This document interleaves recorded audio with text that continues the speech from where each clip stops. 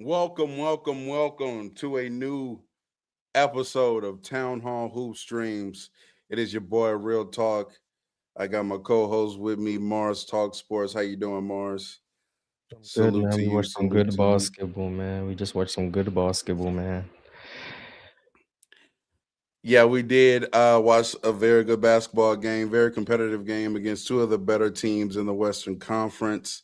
Um, and we have a lot to discuss. Obviously, we're going to talk about that game.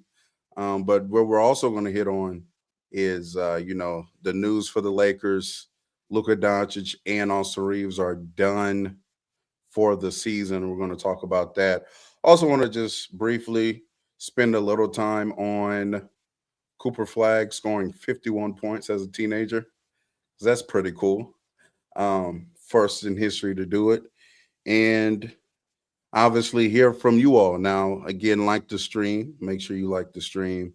Subscribe to the channel if you're not subscribed. Turn the notification bell on so you know when we're live and when we drop another video. Obviously, Mars, we're going to start with the game that we just watched. Everybody is eager to speak on it. What say you? What was your takeaway from that game and some things that kind of stuck out to you? Oh, yeah, it was an interesting game. I like the way the Wizards were denying Bam the ball. Because obviously they didn't want to give up 83 again. So they came out with a game plan. Um, Ultimately, it got them fried because they were leaving a bunch of other people open. Um, Will Riley had a really good game. He's actually really promising. Mm, Um, I'm not gonna lie, if I'm looking at the Wizards' young core, I would say Will Riley might be my second favorite now. I think he's jumped above Keyshawn George. That's how excited I am for him with his shot development. Um, mhm. but if you want me to talk about the other game, which was like cool, I guess. Yeah, the Yeah, relevant one. Yeah. I thought 83 was gonna happen again. I'm sorry, I was engaged. No, that was Um, once in a lifetime. Never gonna happen again for him could ever. happen twice. Um, nah, that game, one of the best games of the season. Um, Nice to see an MVP battle actually like look like one, as opposed to the nonsense we got the other night. So this was cool. Um, I'll Seeing shade. Jokic, sure. Seeing Jokic, the adjustments he has to make to like score over Wemby, and then him actually being able to do it consistently is like amazing to watch. Like I've never seen someone make Jokic second guess as many shots as Wemby does, and then Jokic just finds a way to make the shot anyway because he's like the best combination of like touch and finesse and just overall talent as an interior scorer. That fadeaway to like the dagger was ridiculous off the wrong foot. Um, the amount of he made like a floater off the wrong leg in like the second quarter that was ridiculous. Um, Cam Johnson with huge threes. Neither team was getting stops. That was really it. Like neither team could guard the Mm, other one. Which is like that hurts the Spurs more than the Nuggets for obvious reasons because the Spurs are meant to mhm. be the defensive juggernaut, the Nuggets meant to be the offensive Yeah. juggernaut. And the Nuggets generated Greatest good defensive offense. player ever. Yeah, allegedly, yeah. Mhm. The Nuggets generated good offense like all night. The clean looks for Cam Johnson. Now, obviously, the Spurs were willing to give up clean looks to Christian Brown. What did you feel about that? I was like, you know what? Hey, he's made three of them now in a row. Maybe stop doing that. There was one they gave him. He was 3 for 9, and then the fourth one he made was like crazy because I can't remember who left him open. It might have been Champagne. Hmm. He just left him open for no reason. Like they were just walking the ball up the court, and he's still just being left open. I thought that was weird. But Hmm. I'm usually on the side like for the most part, if your game plan is leave a bad shooter, I don't tend to overreact to if they're making them. Not because you're not gonna win that game, because likely if they make 5, 6 threes, you're probably gonna lose that game. But just because it's I like, especially in the regular season, it's like Hmm. cool, I guess. Like I'm betting if we meet in a series, Christian Brown's probably gonna miss more than he makes, so we'll live with it. Devin Vassell started off really hot and then cooled off, which was Hmm. obviously disappointing for the Spurs. Champagne, I think, had a good game. This was one of the first times this season. Forgive me, Spurs fans, if I'm wrong. This is one of the first time this season where Champagne in like a high leverage game has really Hmm. played up to par, in my opinion. Yep. Harrison Barnes as well. Harrison Barnes played up to a good standard for himself in one of these games. Really, I'm not gonna lie. I liked pretty much what everyone for the Spurs came in and contributed, except De'Aaron. Castle was there. Castle and De'Aaron were probably the most disappointing Spurs, but at least Castle Hmm. was like having to like one man army Jamal Murray, and he kind of did a good job taking him out of the game for the most part. So like I'll give him that like leeway. De'Aaron just had a bad game. Dylan Harper, I think, should have got more run today. I think he was really good. Just getting downhill, punishing people with his physicality on drives, couple really good kick out passes. Also, Dylan Harper is also just another good defender. So you're not even bleeding value on that side of the ball with him. So there's not much like I'm not gonna be reactionary to this game. Like De'Aaron got some looks that I'm comfortable with him shooting. He got a couple grenades that obviously hurt his field goal percentage, but I'm not looking at him any kind of way with that. This just looks like a game between two really close teams, and it doesn't prove that Denver have the upper hand in the series. It doesn't prove that the Spurs have the upper hand in the series. For me, it just shows that these teams are really close, and games can go either way. Um, and I just had a lot of fun as a neutral watching it. I do think Jokic was the best player on the floor, especially down the stretch. I think Wemby was the second best player on the floor. I think he was really good. Um, no one really let anyone down. Like De'Aaron is the only one I would say had a bad game on like both sides. Everyone else kind of contributed where they needed to. So yeah, I You feel enjoyed like it. Darren had a bad defensive game? De'Aaron had a bad defense again. Yeah. Is that what you asked me? Yeah. Um, not particularly. I feel like everyone on the Spurs struggled guarding Denver, but I don't think any individual had a bad defensive game, if that makes sense.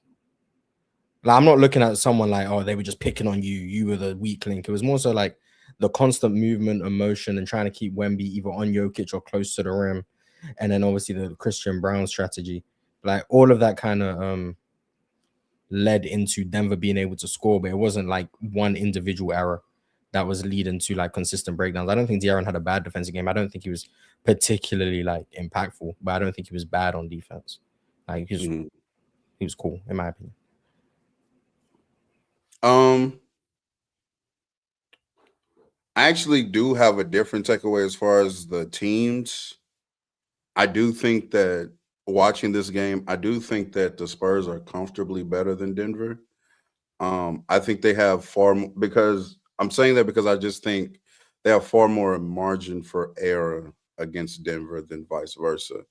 Um, in my opinion, it kind of reminded me of an OKC Nuggets matchup of last year, to where I can see like in this matchup in a series that the Spurs like absolutely blow out Denver a couple of times, but like the games that are tight and well contested, Denver can out execute them down the stretch. Um, and so that's kind of how the games would go. But I do think overall San Antonio's a better team than Denver. Let me say this because I know I often give this player a lot of flack. Nikola Jokic was absolutely amazing today.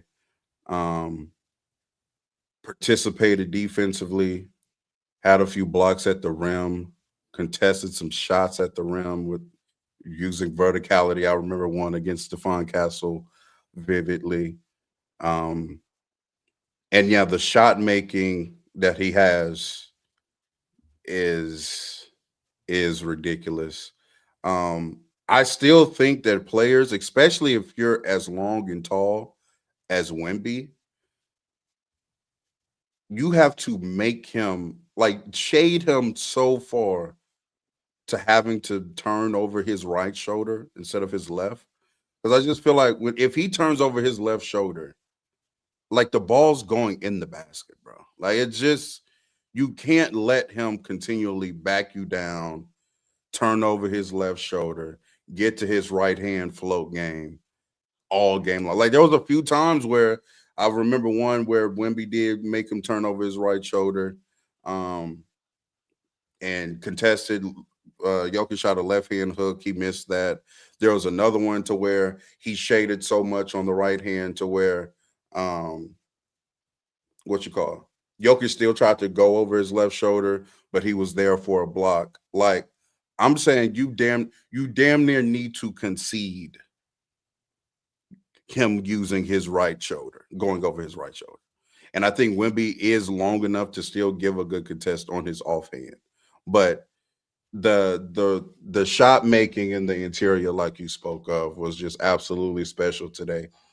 Um, and that was a best in the world type game. That was a statement by Nikola Jokic, in my opinion. That was very impressive from him today. I do not agree with the strategy of just continuing to leave Christian Brown open when he's hitting shots. I am never one of see. Here's the thing. Here's the thing. Do people believe what they say or not? Here's what I mean by that, Mars. Time and time again, what do we say over and over about the league? It's more talented than it's ever been, right? We say that continually. Christian Brown, in my opinion, has he struggled from three this year? Sure.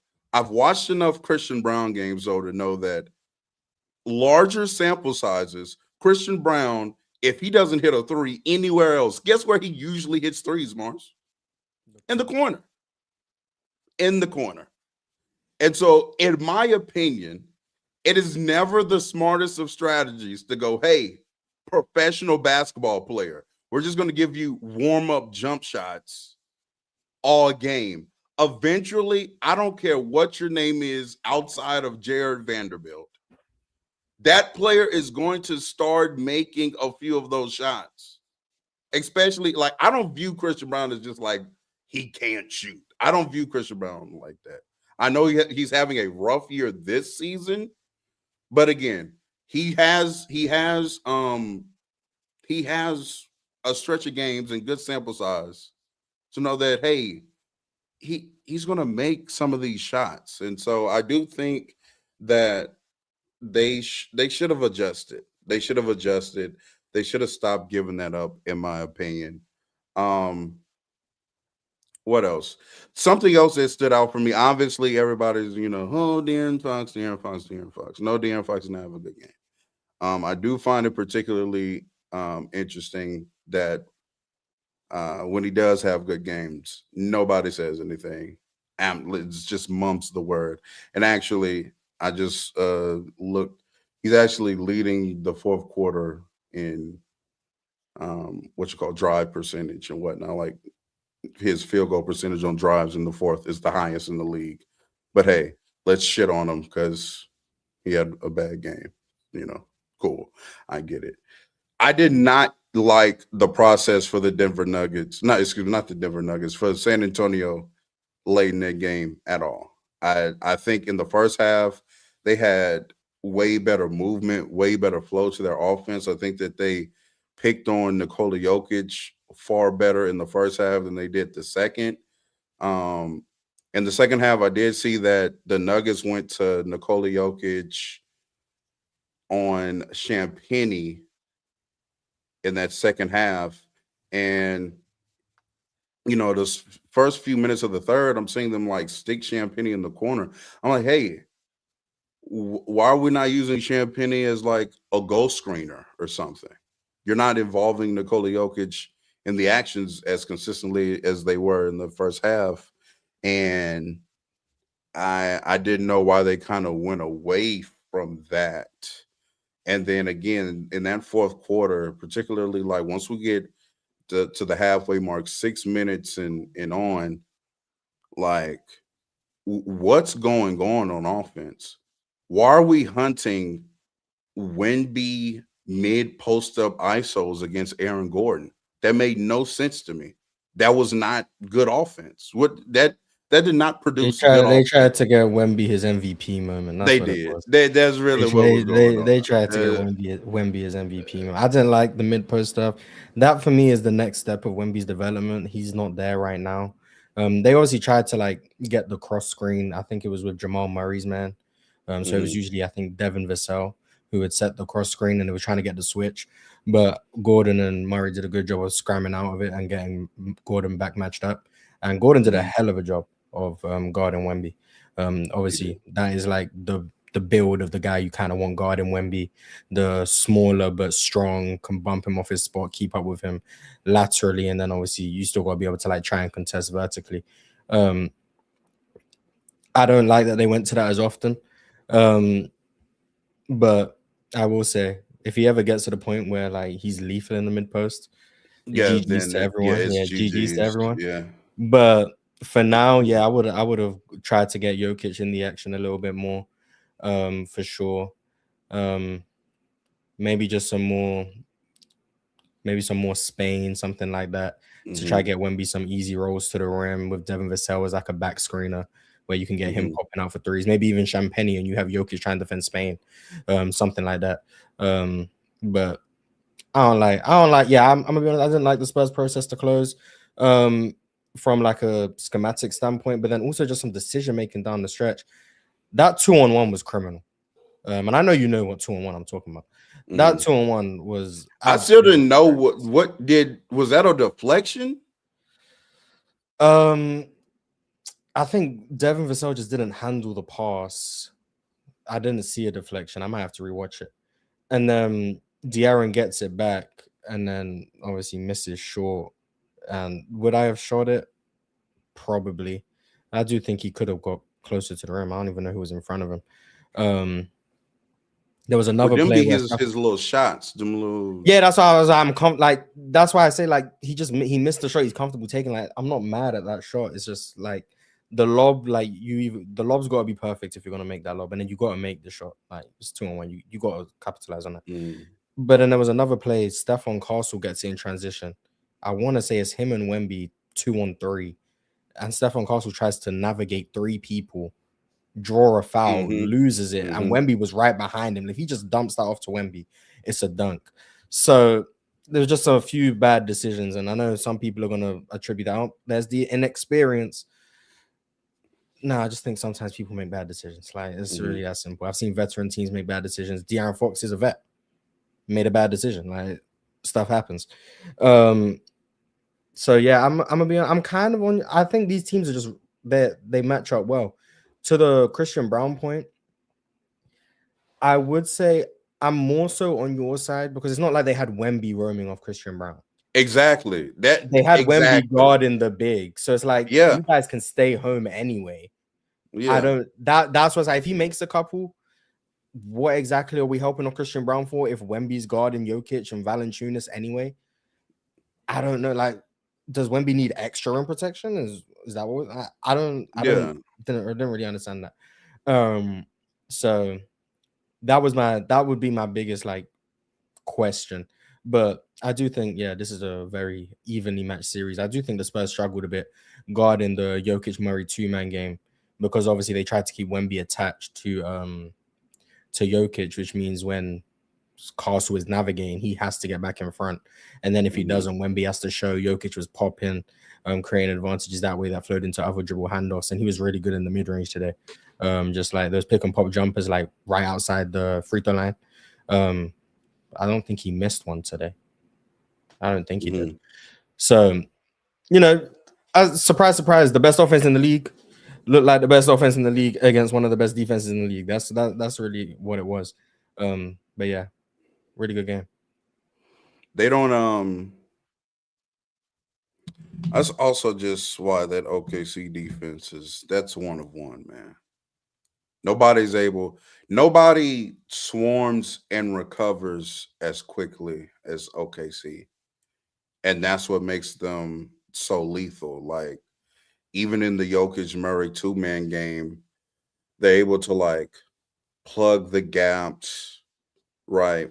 They're able to stay attached to Murray. But even when like it feels like, oh, Jokic might have the and San Antonio to their credit did this a couple of times. On the Jokic pop, the weak side man tagged over. Like Darren Fox did this a couple times. Made a really good rotation.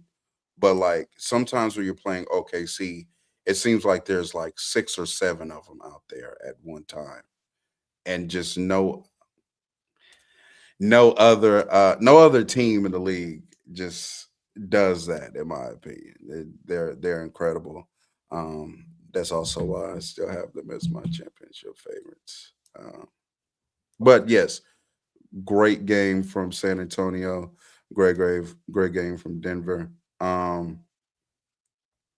I do think again. I just think that San Antonio does have more answers. I really do. Number one, you get a bad D-Fox game. Now they can counter and say, "Hey, Murray didn't play all that well," but like, I think Murray had a really good playmaking game today. Like yeah, he created a lot of advantages for Jokic mhm, in that pick and roll because Castle. My biggest gripe with Castle, he wasn't dying on screens, but he was so far behind. He was often just switching because he couldn't get back into play, and that mhm. created so many advantages. So like, I don't know. I haven't looked at the box score. I don't know how many points Jamal Murray actually had. He had like Well, 12 yeah, 15. But he had a really good playmaking game, in my opinion. He had that big three. in the It was corner. a play with that was Mhm. Stefan Castle got lost on that one. And he relocated That to the took the corner and lead. hit a I'm big pretty three. sure. Yeah, so I think Jamal Murray had a good game, regardless of like what the box score says. I think he had a good game. Cam Johnson had a really good game. Gordon had a good game. Um, Pretty much all of their starters, I would say, had a good game. Like Christian Brown, for like when they're daring you to shoot and you making them, good job. So yeah, I would say Mhm. their starters had a good game. Tim Hardaway gave him a good punch in the first half. Um, and like, I guess that's really like all you can really ask for. Valanciunas gave him some okay minutes, kind of like weathered the storm a little bit because they went small at one point. Um, that didn't work, and then they brought in Valanciunas, and I think he gave them some okay minutes. And then for the Spurs, I think Cornette was stinky. I think Keldon just was not good either. I think the only bench player who really came in and played well was Dylan Harper and Harrison Barnes. I don't even remember the Carter Bryant minutes for, but yeah, Something that they did that San Antonio didn't go to at all, which I do think we're going to see in a playoff setting if these two teams match up. We saw no double big lineup today, and San Antonio has experimented with that a few times with Cornette and Wemby on the court. I think we could potentially see that as far as maybe a Cornette matching up one on one with Jokic, and then if they do decide to help off Christian Brown or Bruce Brown or something like that, Wemby roaming off of one of those players. Um, because we've seen like a double big look work well sometimes against Denver and Jokic in particular. Now, also, Keldon Johnson, he was a bit mid in my opinion as well. Just was not able to capitalize on none of the open shots that were created for him, really. That was unfortunate. They kind of really needed that to go down. But again, if the game does turn into who's outscoring who as far as like a high scoring game, that does definitely favor Denver, in my opinion. So the Spurs have to find a way if they do match up with this team to keep the game relatively low scoring. I would say somewhere between 110, maybe 115, but even 115 is kind of pushing it. But they the have game to was just figure out a way. fast today though too. It was just an up Mhm. tempo game, so a lot It of was. both teams tried to capitalize on transition. I think cleaning the glass has the stats already. Yeah, but I mean both. Oof. Denver had a 170 offensive rating in transition per cleaning the glass. Well, 168.8, but I'm saying one. Mhm. And then San Antonio had a 156. Like both teams made a very conscious effort to push. Um, Mhm.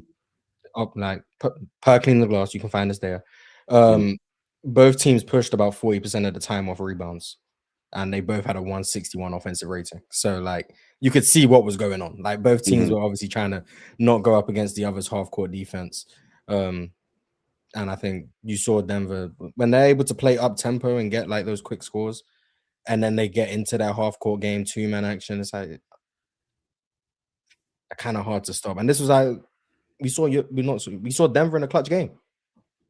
and they won And they won. Yeah. against a good opponent. That's something they've been hmm struggling with this year. So um, credit to them. But yeah, and again, I just feel like San Antonio just went away from what worked. I didn't even really feel like it was so much so an adjustment that stopped San Antonio, which is kind of why I guess I'm leaning towards San Antonio being the better team. I just feel like they stopped themselves. I didn't really feel like the Nuggets did anything in particular. But we will move on from that game. Of course, when we get the link in the chat, if you all want to come up here and converse about that game, feel more than welcome. Now, obviously, we have to talk about the jerseys that I have behind me and that team out there in LA that dons the purple and gold. So Luka Doncic is down with a grade 2 hamstring injury, in which that usually means 4 to 6 weeks he's going to be out.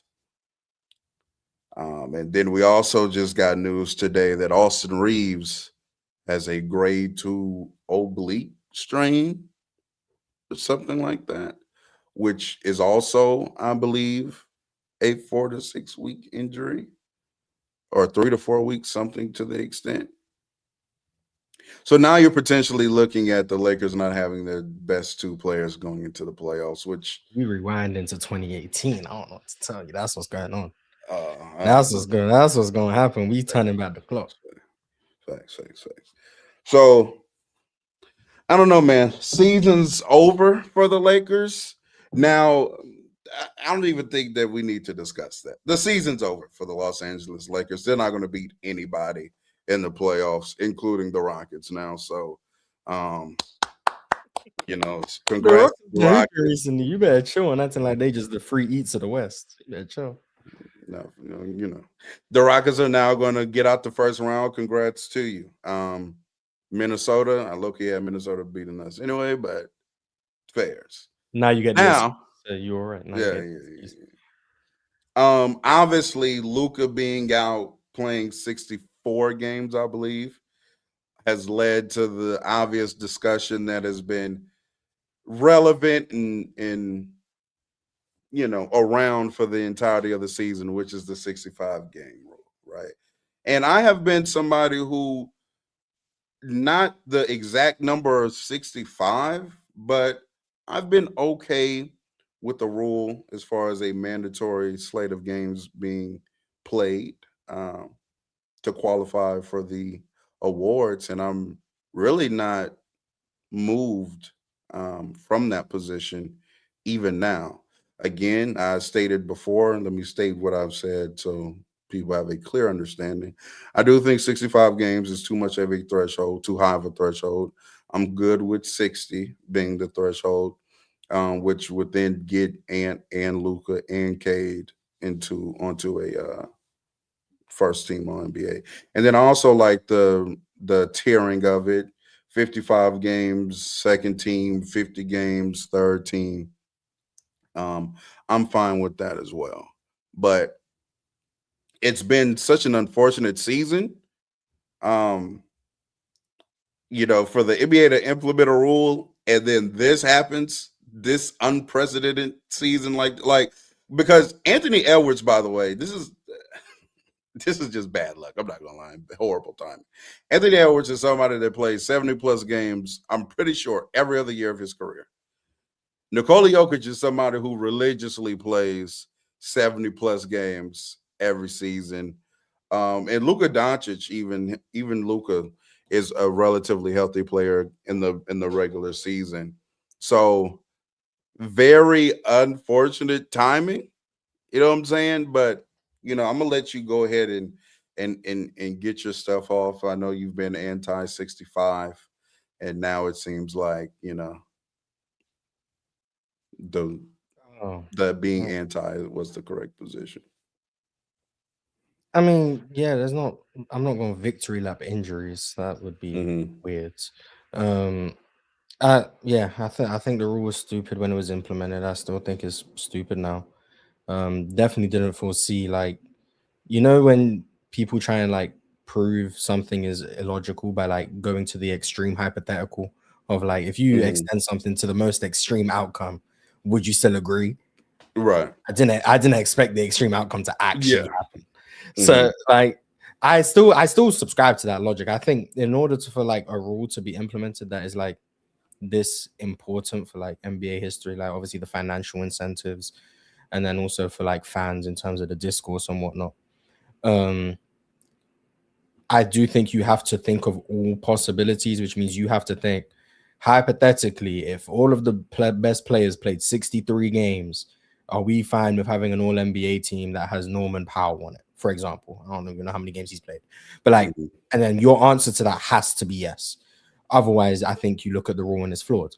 Um, Now, for me, I'm on the side of voters have always taken into account games played.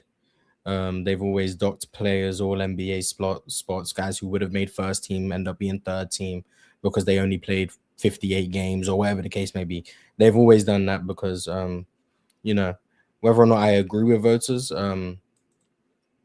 most of the time, I do agree with them. I do agree with it for the most part. But Hmm. I also think most people understand exceptions. Like every voter this year would vote Luka Doncic All NBA if they could, every single one. Absolutely. But now Hmm. they can't. Every voter would vote Anthony Edwards All NBA if they could, but now they can't. Hmm. Every voter would vote Cade Cunningham All NBA if they could, but now they can't. Hmm. And that's why I don't think the rule was necessary in the first place, because all of these voters would know what to do and would judge players accordingly. Would they move Cade down from first team to second team because he only played 61 and Jalen Brown played 70 or whatever? Maybe, sure, but he would still make it. Now we're in a Hmm. world where he's not going to make it. So, yeah, I'm on the side of let the voters decide for themselves. If you're going to entrust these voters with controlling players' financial um, maxes and all of that stuff, you should give them free will to control that instead of doing whatever they're doing now. But like Adam Silver said, the rule's not going to change, so there's no use still complaining about it. Um, it's just unfortunate. It's really unfortunate for guys like Luka. But I'm gonna be honest. I don't think Luka cares so much about the All NBA team as much as he's caring about the fact that he's not going to be Missing the available in the playoffs. playoffs. Yeah. That's. Yeah, like he's already got his supermax secured. He's already got his extension secured. He doesn't need to worry about getting that. All it is oh, now 20 years from now, people are going to be like, especially if this rule doesn't still exist in 20 years, which I could definitely see being the case. Hmm. Like there'll be people. Luka averaged 33, 8 and 8, and didn't make All NBA. What? Like I could see that being the thing.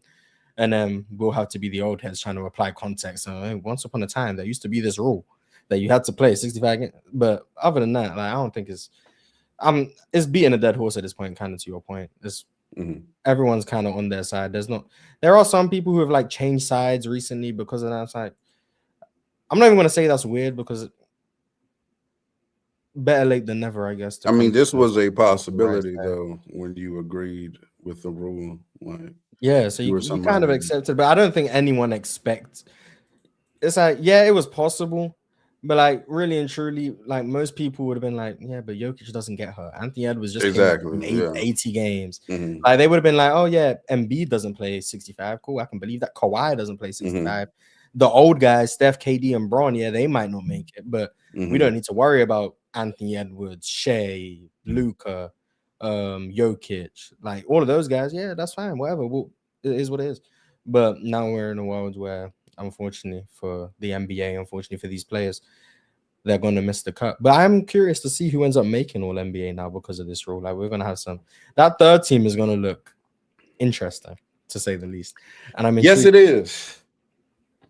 I am intrigued. I feel like now, good God Almighty, Alfred Goon may make a I third think team James All Harden's NBA. going to make it now because of like everyone else who's unavailable. So I wouldn't be surprised if James Harden ends up making an All NBA team, however old he is, 36 years old. So that kind of helps his agenda. And in the D Wade debates, I think he was one All NBA team behind. So hey, catching up to D Wade. So just the better It's player not. doing better player It's things. not a. It's not a. It's not a debate. I To mean, the to debate definitely happens. So to you imbeciles, it's a debate. oh, Uh, I agree. It's not a debate. I agree. Oh no, he would actually pass Dwayne Wade in all NBA teams. Um, so shout out to the beard. Shout out to the beard. I'm gonna put the link in the chat again. Hey, I only got nothing to say today. You might be out of it. Oh, one thing I do. I want to. Am I back?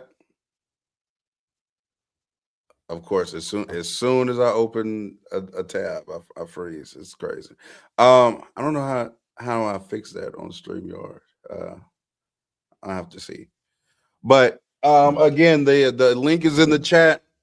If you want to come up, hit the link.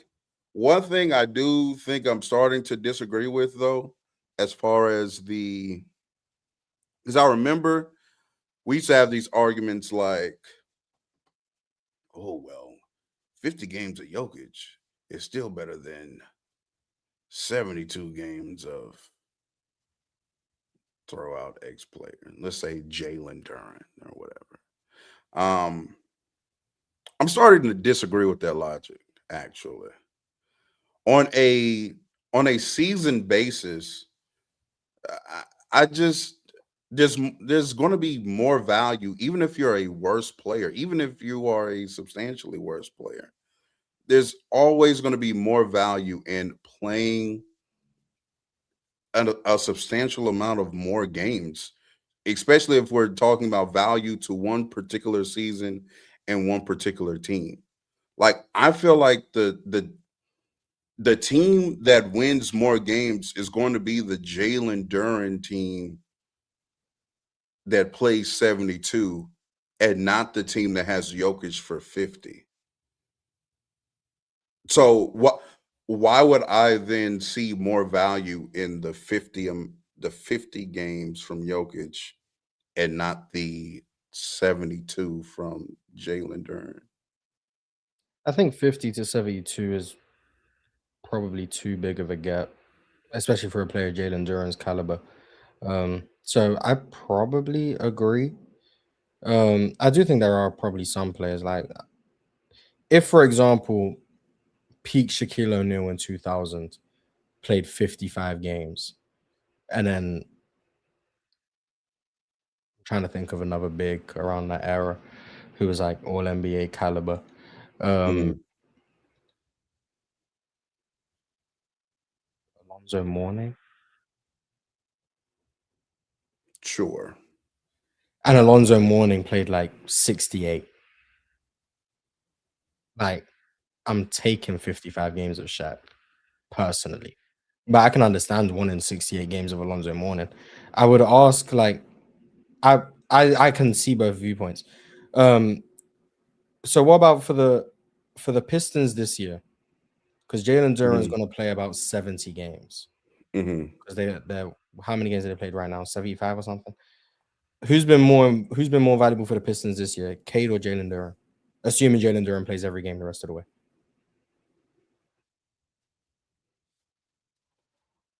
Um Interesting question. Probably Duran. Interesting. Um, Especially if you see like the way the season is playing out, because it's also for them. We know like the context in which Cade is missing time.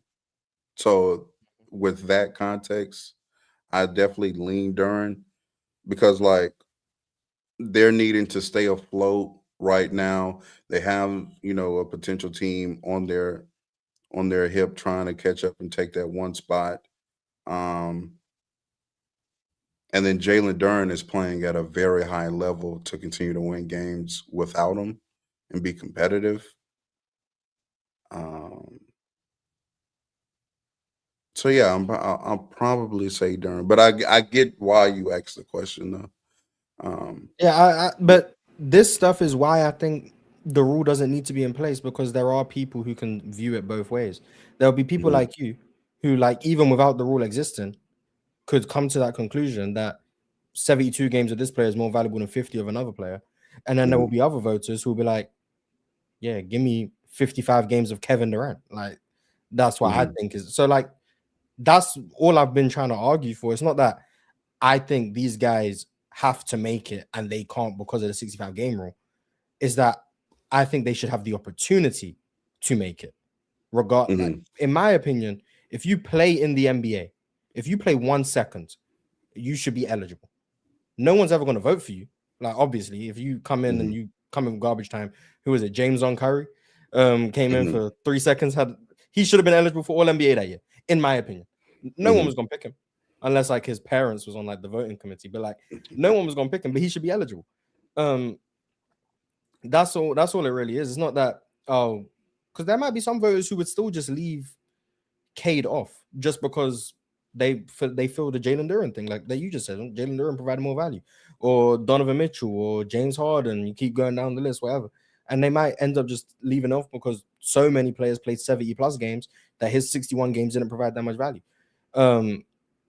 So I'm kind of just of the belief that let guys decide. Like if hypothetically there was a player who was like putting up Wilt Chamberlain numbers for 42 games, and when he played, his team went 42-0, and then he missed the rest of the year, and they went 3-37. That guy should, in my opinion, should be eligible to make All NBA. Like, in my opinion, that doesn't mean that he's gonna make it. That doesn't mean every voter believes he should make it, but that guy should be eligible. But he never would be under these rules, and I think that's wrong. That you don't have the opportunity. It's not that I think they should. It's just that I think they should. It should be possible. So yeah, that's it. Okay. I'm going to prioritize camera on people. So, if you can, please turn your camera on.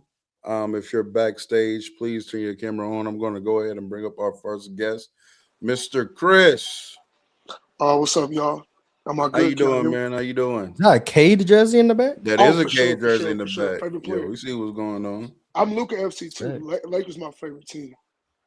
Okay. You like them bigger my guards, favorite player all the time. So real talk, I appreciate you for defending Kobe.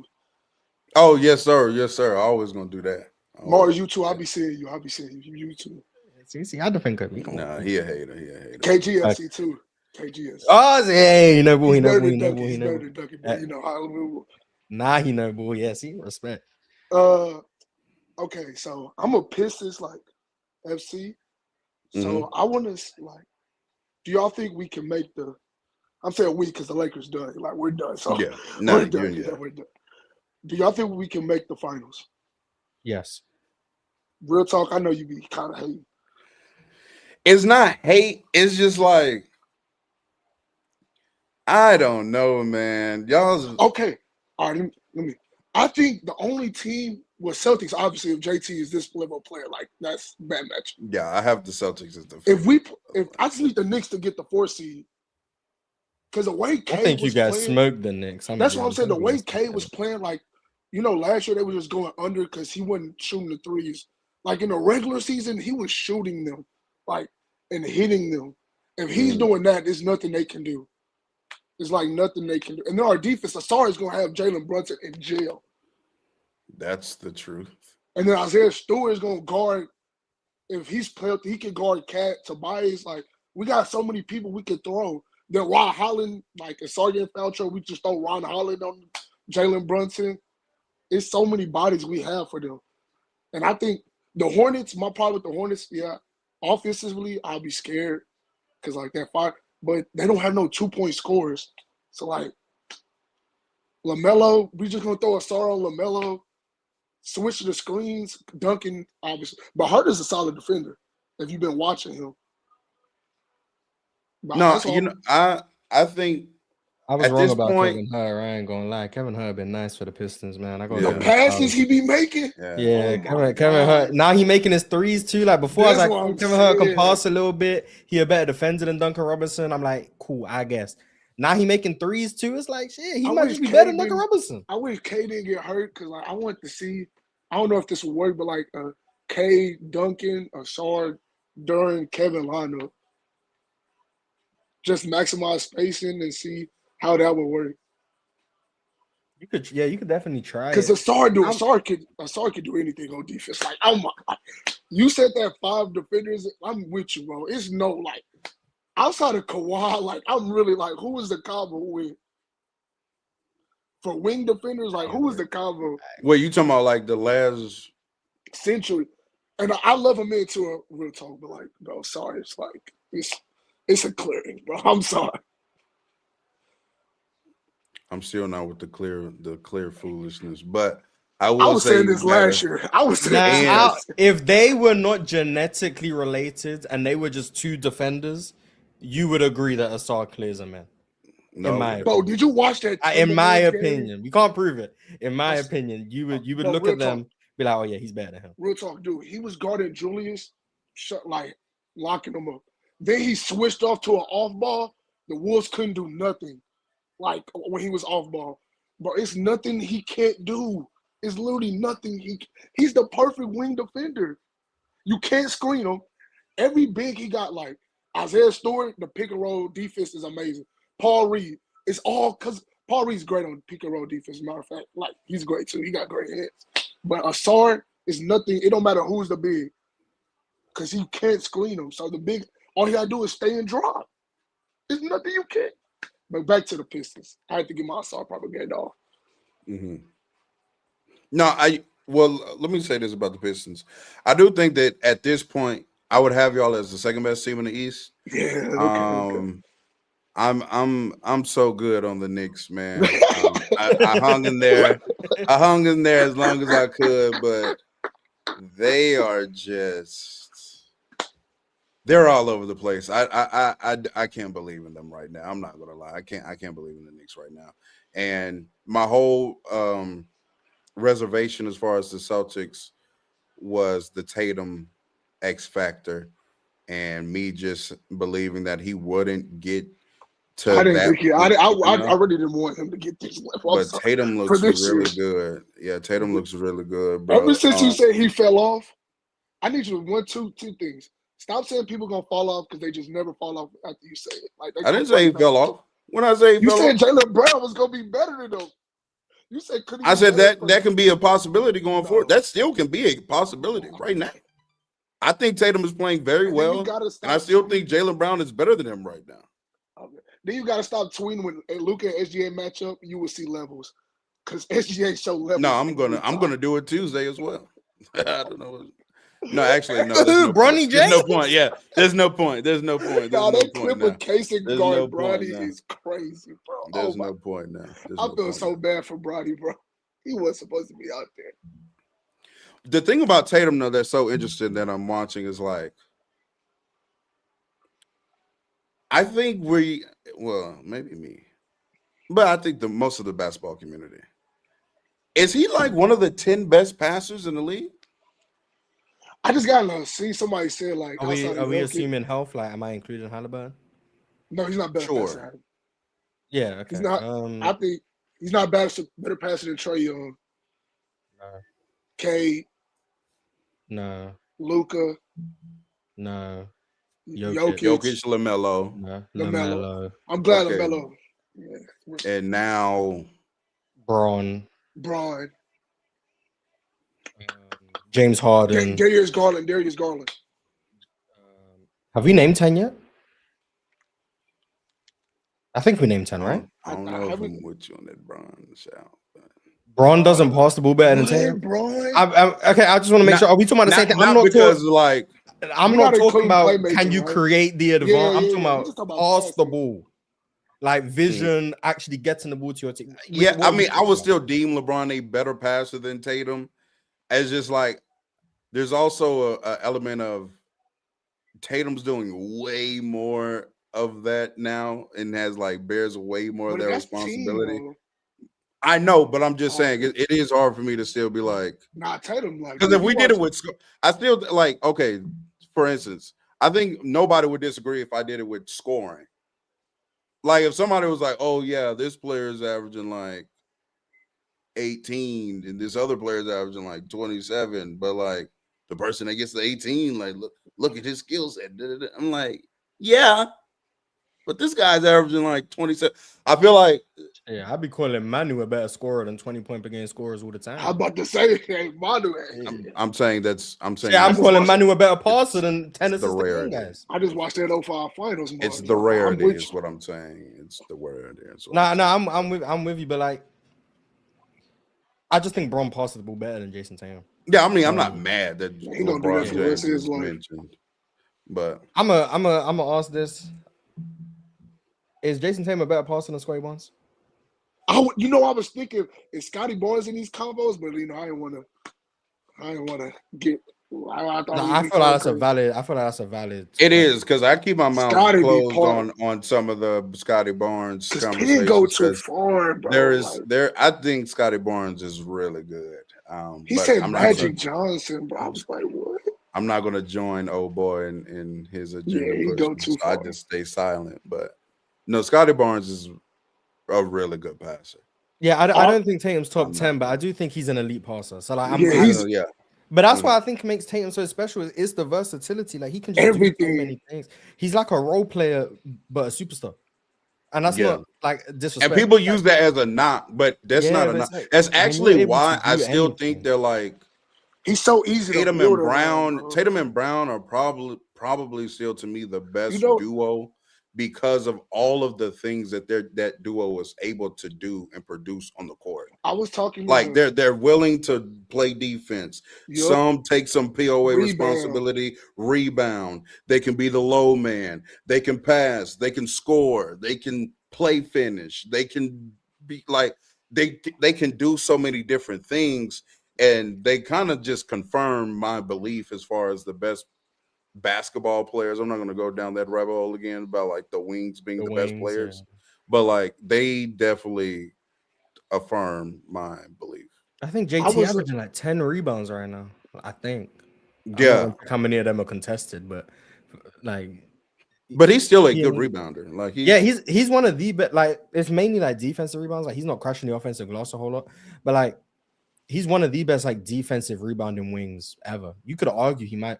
Okay, Larry Bird was a wing, but like other than that, like you could argue he's like the best ever. And I think the versatility is very important when it comes to team building because there's some guys who need like very specific rosters, and then there's guys like Jason Tatum where it's like he's so malleable that he can do so many things for you, but still provide superstar impact. That then rosters that he needs don't really exist. It's more so just put good players around him, the best players, and you'll find a way to like win. Whereas other guys, you kind of get limited in terms of roster construction. Maybe you can't get as much talent because they bleed value on defense, and you also bleed value on defense. So now you two can't actually play together. Or this guy can't shoot, but you're also not that great of a shooter. So now you guys can't play together. It's like he can just do everything. Like if you want him to make out the post, he can. If you want him to be a screener, he can. If you want him to like guard limited fives and clean glass for you, he can do that. If you want him to be the switchable defender, he can do that for you in spaces. Like there's just so much he can do, and then he can also just like score the basketball. I think that's what makes him so special. It's also why I like Jimmy Butler so much. Like Jimmy Butler was kind of like that. He could just do everything, but he did it with like not being able to score as well. Do y'all think like Cade is like that, where you could just throw him on a roster and he'll figure it out? I have been saying for months, I have Cade as point guard. He's point guard Tatum. I've been saying this. That's why Cade is one of the elite problem solvers in the league. I'll say that. He's one of the elite problem solvers. He's out there with lineups sometimes. He don't play a lot. Saar and Ron, and sometimes they would have like Isaiah Stewart, and they just like go figure it out. And he will figure it out. Like he will manifest a good shot for the offense. And I'm like, dude, like he can't score as well. That's why, like, for a regular season process standpoint, I would have him over Ant. Because, like, Cade is going to be good on offense and he's going to be good on defense. He's not going to have the defensive problems Ant will. But in the postseason, we're talking with you, Ant scoring is just, like, on a whole different level than Cade. It's like, that's why. Yeah, I do feel like I think him and Ant is neck and neck. It's like what you value. If you value that versatility and, like, regular seasons, like K's not gonna be a negative on defense, and he's like one of the 5 best playmakers in the league. No, I think he's one of the 5. I've been very high on Cade. I've been very high on Cade. I've gotten pushback from non-ball knowers about that. But it is what it is. But I appreciate you, Chris, coming up here, man. Great Oh convo, yeah, great appreciate y'all, man. conversation. Make sure that Yeah, you I continue like to Big this tap fan, guy. big fan. into Town Yeah, I Hall. like this guy. I want to see this guy again. I like this guy. All right, Yeah. y'all. Chris is good people. Appreciate you. Yes, sir. We're going to go to again, we're prioritizing Cam on in order in which you got here. So we're gonna go to a New York Knicks fan after I said I'm done believing in this team. Oh man. Here we go. What's up, Ken? Yeah, How you yeah. doing? What's going on, Mars Talk Sports? How you doing, brother? Hello. All right. So first, I want to say, hey, Chris. First off, you are going to address me on my platform. That's crazy. Yeah. I don't know what you on right now, gang. That's the real talk. How we doing in the building today? I'm good. Now I proceed. thought you ain't gonna notice that, boss. No. All right. So first off, I want to say, Chris, suck me. First off, get that out the way first. First off, all right. Talking He did about say his team would smoke the Knicks. To be we fair, just go so, smoke the Knicks. First off, that's just disrespectful if you think about basketball. That's like a 4-1 max if you talk about smoke. That's just silly. That's not real basketball talk. All right. If we look at the top 4 teams in the East right now, the Pistons, the Cavs, the Knicks, and the Celtics. The only teams that we all really see with a legitimate title shot coming out the East, right? No. Name the teams again. The Knicks, Celtics, Cavs, Pistons. Okay. Right? On We gotta my think about soul, how you guys ain't better than the basketball Hornets is or the Sixers, but it's officiated fine. in the playoffs, right? The basketball it's a much more physical game. The refs let you get away with a lot more, right? So with this understanding, you have to understand the Knicks' defensive capabilities will fundamentally be different than they are in the regular season. When you assess the Knicks based off of how they've performed against the Pistons in the regular season, it's a little bit disingenuous. And the same thing for the Pistons. I think the Pistons' style of play really pushes for itself in the playoffs, right? They have a very aggressive defensive system where they're very physical and they get in you and they don't let you be comfortable, right? Right? We know this. We know this is how the Detroit Pistons play. So that helps them in the playoffs as the game is officiated more tough, which I think we all enjoy that. The problem I have with the Pistons in a matchup against the New York Knicks is that they don't have the offensive weaponry that the New York Knicks have. Cade Cunningham, isn't he coming off an injury? We don't even know if he's going to be fully healthy for the playoffs. But if we just assume health, which I By think round 2, isn't that when you guys would see them? Is he not hurt? We've seen players. Well, no, he's no, he's saying struggling. that He's struggling to breathe. He's not hurt. No, different thing. Yeah. A collapsed lung is a thing where we don't really know the exact timetable. It could be he could feel fine right now. He could feel fine in a month. Like there's a lot of nuance in a collapsed lung, depending on. And you're praying that he's not fine right now, right? I live in Michigan, so I'm not gonna say all of that, right? You want to go outside? Do you feel like if let's say let's assume health for Cade Cunningham. Okay. You still feel like y'all are beating the Pistons in that series? I think we're beating the Pistons. Smoking either. I think saying to smoke either way is crazy, right? I do think we're beating the Pistons though, just because their lack of secondary creation, right? Whenever we figure out what to do with Cade, which is a hard task in itself, but when we figure out what to do with Cade Cunningham, what do they do, right? That's an if, not a when, by the way. Yeah, I mean, it's the same argument that everybody that goes against. He has been cooking y'all all year. They all say, "Oh, he's gonna struggle to pass over the big defenders," and then he makes the passes over the big defenders. So, like, it's all ifs, especially when we're talking about the Knicks. It's all the spacing until Mikal Bridges and Brunson's play in the second half of the season hasn't concerned you. Oh, Mikal, he been ass. But look, in the playoffs, it's a different game, right?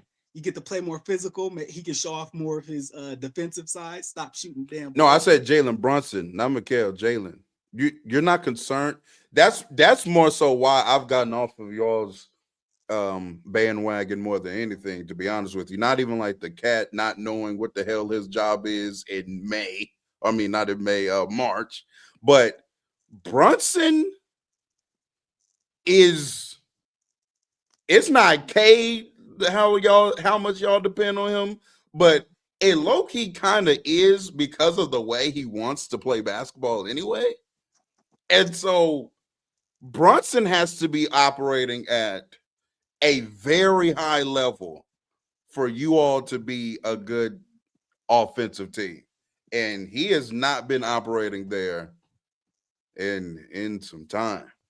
Oh, for sure, for sure. And in the regular season, that is an issue. But I just genuinely believe that the playoffs are just a completely different sport. Just the way the game is officiated makes the game completely differently, especially when you look at matchups with teams, right? You can focus on what you want to do. You can have a clear plan for Karl Anthony Towns when you know who you're going to play 4 times in 3 weeks, like, or however many times you guys play. You can make a more defined, structured system when you get to the playoffs. And I feel like a lot of teams have this. I think they were just talking about that on the panel the other day about how a lot of teams don't even watch film. In the playoffs, they're probably going to be watching films on the team they're playing against and being able to establish an actual game plan against these teams. I think a lot of the issues that, not even just the Knicks, but a lot of teams in general have in the regular season, unless they're clear deficient problems within the system, like a Karl Anthony Towns defensive issue, I think a lot of these problems, like schematic issues, come down to good coaching, right? And we're not in the coaching room, so we don't know what they're saying. But I think to talk about it in the lens of they couldn't be able to overcome these issues that they have in the regular season right now, when they've had much triumphs in the playoffs in the past against even these exact same teams that they can draw on, like the Detroit Pistons, I think is a little naive of a basketball take, person. Right? Because do you think y'all can win a championship this year? No, the Oklahoma City Thunder too good. Well, can we? I mean, like, nah, the Thunder too good. Damn. I mean, health, right? Health, right? What if y'all play the Spurs? Y'all been successful against the Spurs this year. Like, obviously, we can get it if niggas get hurt, right? So that's not what we're talking about here, right? Right. Barring some crazy stuff happening, Shea, gets, something happens to him, right? He slips on a banana peel, falls on Real Talk's lap. A steel rod breaks his jaw, So we never know what could happen to a player. But assuming that these events don't unfurl, right? If the Oklahoma City Thunder make it to the finals, then no. I think against any other team in the West, we have a chance, but I wouldn't bet on us to win, but I think we could win, right? Okay. Not against the Spurs though. I don't think we're better than the Spurs. Like, I don't think we're a better team, but that doesn't mean I don't think we could win. Like, those are two different talking points. Facts. I get you. I hear you. Appreciate you, Ken. You've definitely been hating on the Knicks. Facts. Please. We'll do. Until next time, make sure you continue to tap in. You're entertaining. I want to see you again. But Shout out to y'all. Was the steel rod my penis? What was the analogy there? That's why I okay. Let me read a couple super chats. Switch up the vibe real quick. Bombs away 221 said Jokic proved today there's levels to this ship. Sure. Malcolm Stevens 5800 said Jokic way better than Wemby.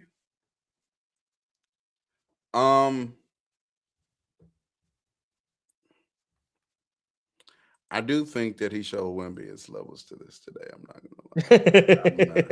I'm not gonna lie. I do. Yeah. Let's think we can pump the brakes on the Wemby better than Jokic. Yeah. Let's slow that down. Actually, Jokic is better than him.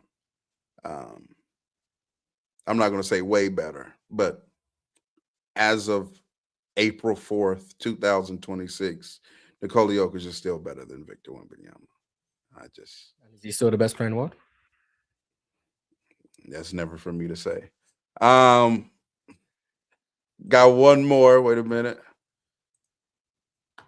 Trezmanius at 1% if round 2 happens. One Luka to rush back or no? No. Yeah, we're not going to win anything anyway, so there's no need of rushing back to get beat in the same round. You don't think he's gonna pull a James Harden? No, he shouldn't, at least. I hope he doesn't. Let me go to our next guest. We got Mr. Oh, Kevin in the Spurs building. fan. Yeah, our Spurs fan. Yeah. Can you hear me? Hello. Yeah. How Glad to are have y'all you doing? on. Again, I do want to hear what your takeaways from today's game, be it that you are a Spurs fan. Okay. I think the game was good on both sides overall. A lot better contender matchup than the Lakers and the Thunder game.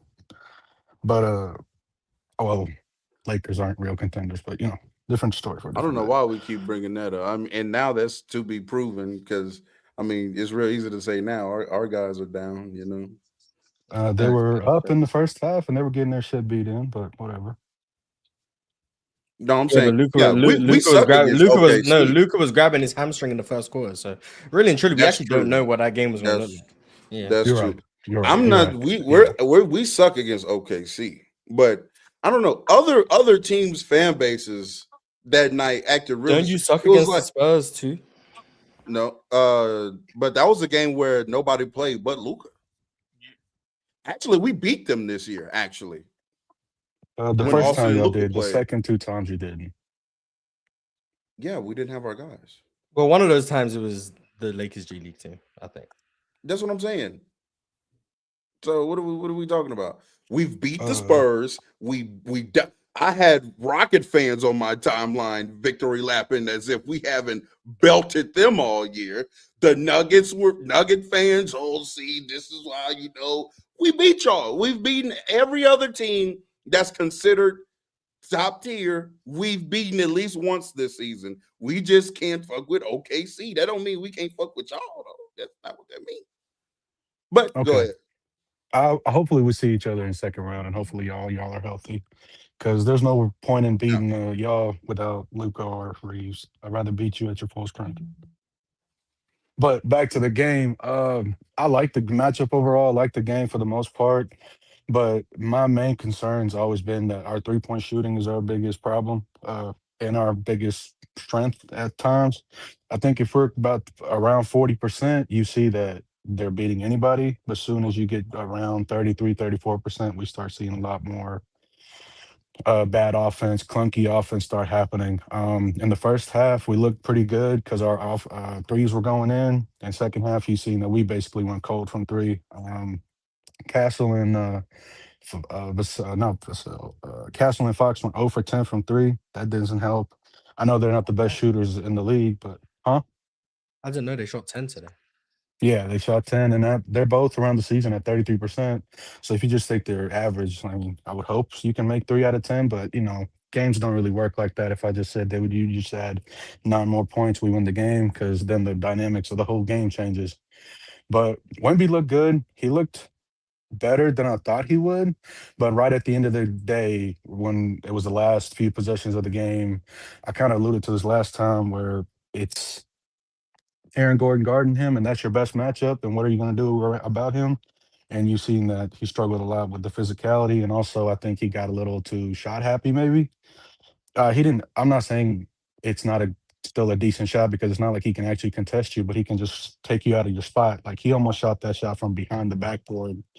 Like, it's not a good shot to take. The process is bad, and the shot before that with De'Aaron Fox, he's kind of been the whole season, really. I know he's won some games when Wemby wasn't around, and I know that's what a lot of people say, but I just haven't been happy with what he's given me. And yeah, they can use the excuse like, well, he's just letting the young guys do it. Well, when I need you, where you at then? Like, They gave him the ball for a reason, and you couldn't even beat.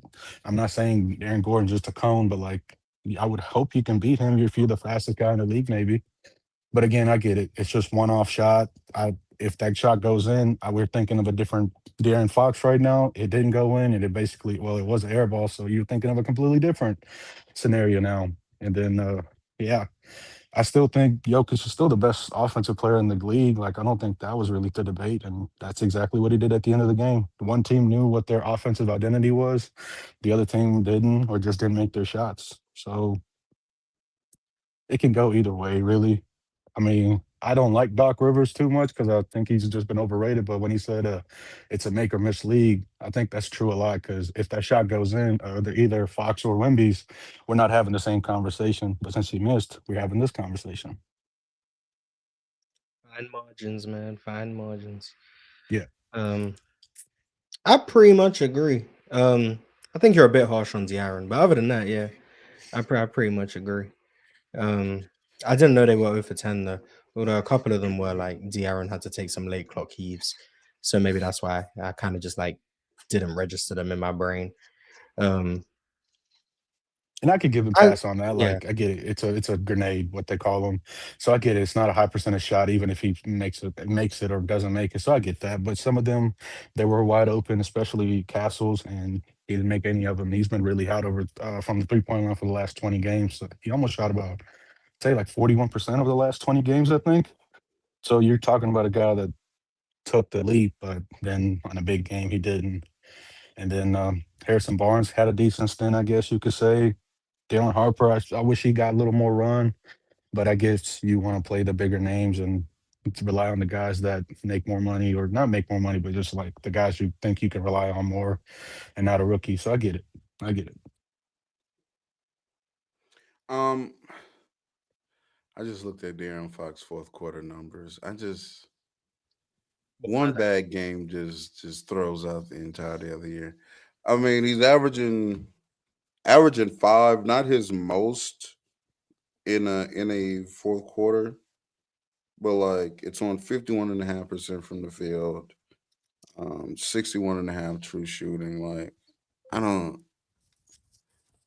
He had a bad fourth quarter in I overtime. text him. Most Spurs fourth quarters are blowout, so he stopped having. We text No him. facts. No, Yeah, we sure. text him. We Uh, text him. We text him. No facts. So I do think I wish that he would just be a little bit more not so easygoing though, because I don't. He's not a good enough shooter to just be like, oh yeah, now I'm just gonna start shooting the ball and these shots are gonna go in. Fox is a rhythm player. That's why the part of him, his averages and stuff going up when Wemby's out of the games because he knows now he has to be aggressive from jump. And so then he just plays a better game. He needs to be an aggressive basketball player from jump in these playoff settings and situations for San Antonio, in my opinion. I don't need him every time when Castle inbounds him the ball to throw the ball back to Castle so Castle can bull ram into some big forward and hope to get a foul and one. Like he needs to be aggressive from the jump. And then he's not some great catch and shoot player either. So those can't be his first couple of shots in the game. It's like he needs to play like De'Aaron Fox. All this deferring, he defers, in my opinion, way too much. And I've been saying this all year about D Fox on this specific team. I get it. Stephon Castle of the perimeter players probably is the least functional off ball. So I get why Stephon Castle has the ball so much. Um, but I don't know, man. He's got to figure that out. It's a tight rope to balance, but he has to figure that out. Yeah, I get that. But also that's the main thing that holds me back from ever considering San Antonio a real championship contender is because like there's a good chance like today all three of our guards just go cold for a whole series, and that's a real possibility. And that kind of like messes with your expectations because, like, yeah, Wemby can have a good series, but what about the other three guys that have the ball so much? What are they going to do when that time comes around? Like today, where they just go cold, and then you're just stuck with Wemby and Champagne, maybe. Yeah, that is I don't y'all's think all drawback three is are going often. cold in the same series. I'm not. Yeah. I guess it's theoretically possible, but I see too many advantages physically for them to all go cold in the same series against most opponents in the West. I don't think there's really one that I can see them all struggling against.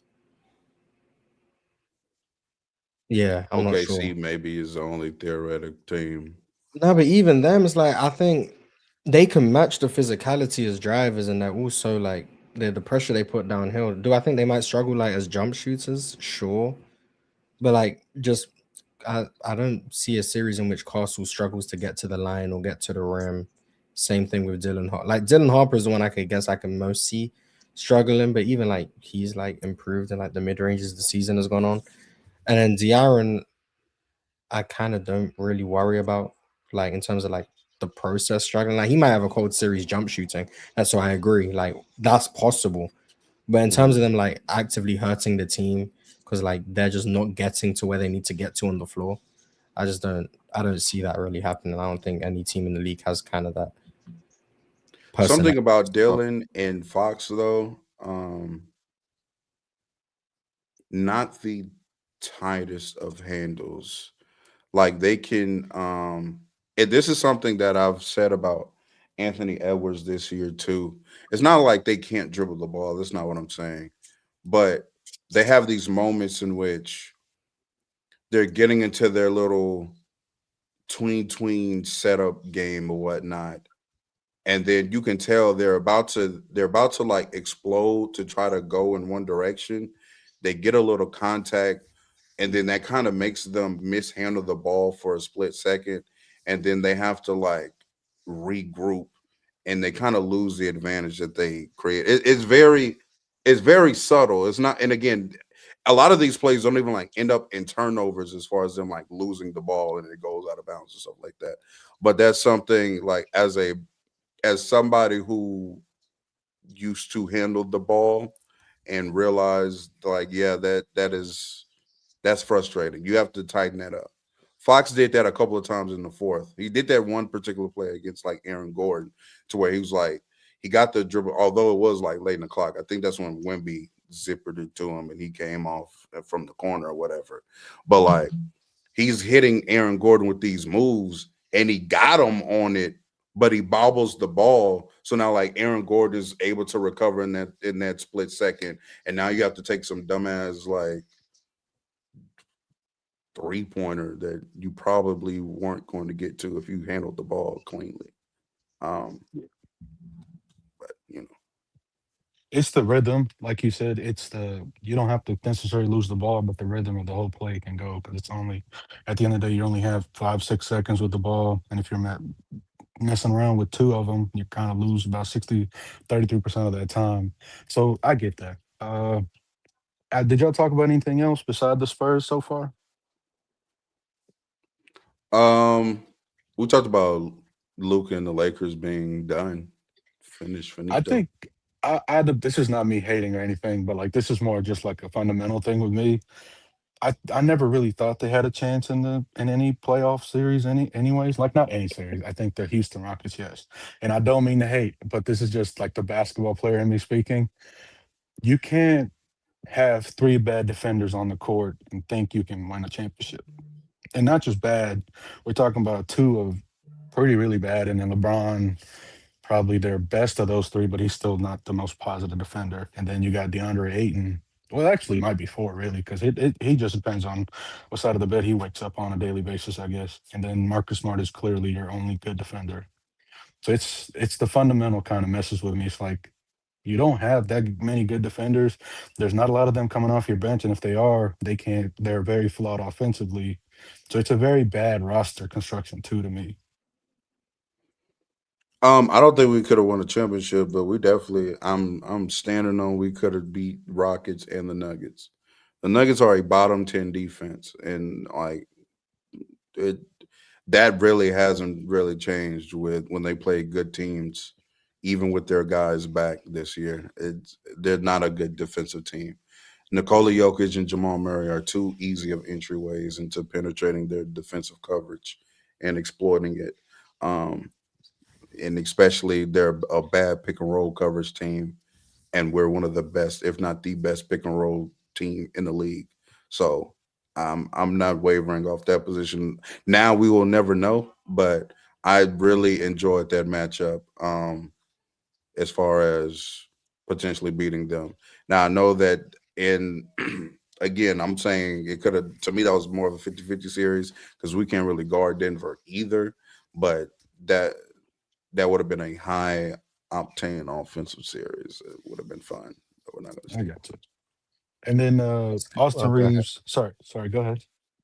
I was gonna say worst case scenario for the Lakers is they operate on the we'll never know, and use that to justify bringing this team back next year because they That's never had the exactly what's going because to they happen. never had the opportunity to go into a playoff run this year to get smoked and see what the flaws were. They might just be like, hey, we might have been good enough to win it last year. We just didn't have we weren't healthy. So hopefully for the Lakers' sake, that's not what they do.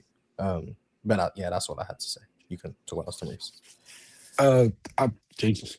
I think when people talk about him as a $40 million player or $50 million player, I think the 50 million is a little overreaching, but 40, I think he's not nowhere close to that.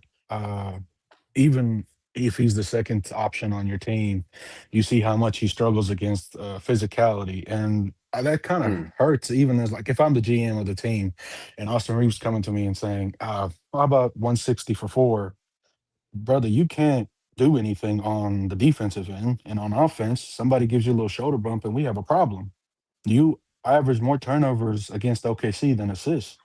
I don't know who said this the other day. He averages 5 turnovers against OKC over the last like 2, 3 years. Like that's a big concern. Like you're averaging 14 and a half points a game against them. Luka doesn't do that well against them anyways. And now if when before the Austin Reeve injury came about, if he was your number one option, you're getting the best defender on every team now. That would even make him look even worse. So I think numbers look good. Like we talked about like last week, numbers do look good, but then the context of those numbers matter. The defenses you're going against matters. And for him, I think he's very much a matchup dependent player. It's almost like football. Real talk, you're a football fan, right? Hmm. In football, it's the same thing with like wide receivers. It's like wide receiver one and wide receiver two. You've seen that with the Steelers. Juju Smith looks great as a wide receiver two, but as soon as Antonio Brown Hmm. leaves, you realize, damn, he can't separate. Hmm. So it's like the same thing. And I'm kind of relating that to Austin Reeves as well. Like the player, I don't think he's the most versatile. I think you can't have two. How do I want to say this? The problem that you run into with Austin Reeves and Luka Doncic is that both of them aren't physically imposing on other elite teams. So there's no like physical advantage that really either one of them has because look at this point. I mean, the league is surrounded with bigger wings, especially on higher quality teams that can guard him. And then Austin Reeves isn't like this particularly quick, fast guard that can beat elite athletes in foot speed. And so what ends up happening with them, both of them are so reliant on number one skill, which they are both extremely skilled, but skill can wane with when you're facing better athletic competition. And then on top of that, they're also very referee dependent. And having your two best offensive players that dependent on how the game is called and officiated is very concerning. It's already enough that Luca is like that at this point, but then we turn to Austin and it's also, oh, if he's not getting a foul call, then it's like we're fucked. So I don't really um yeah, that's the issue with those two.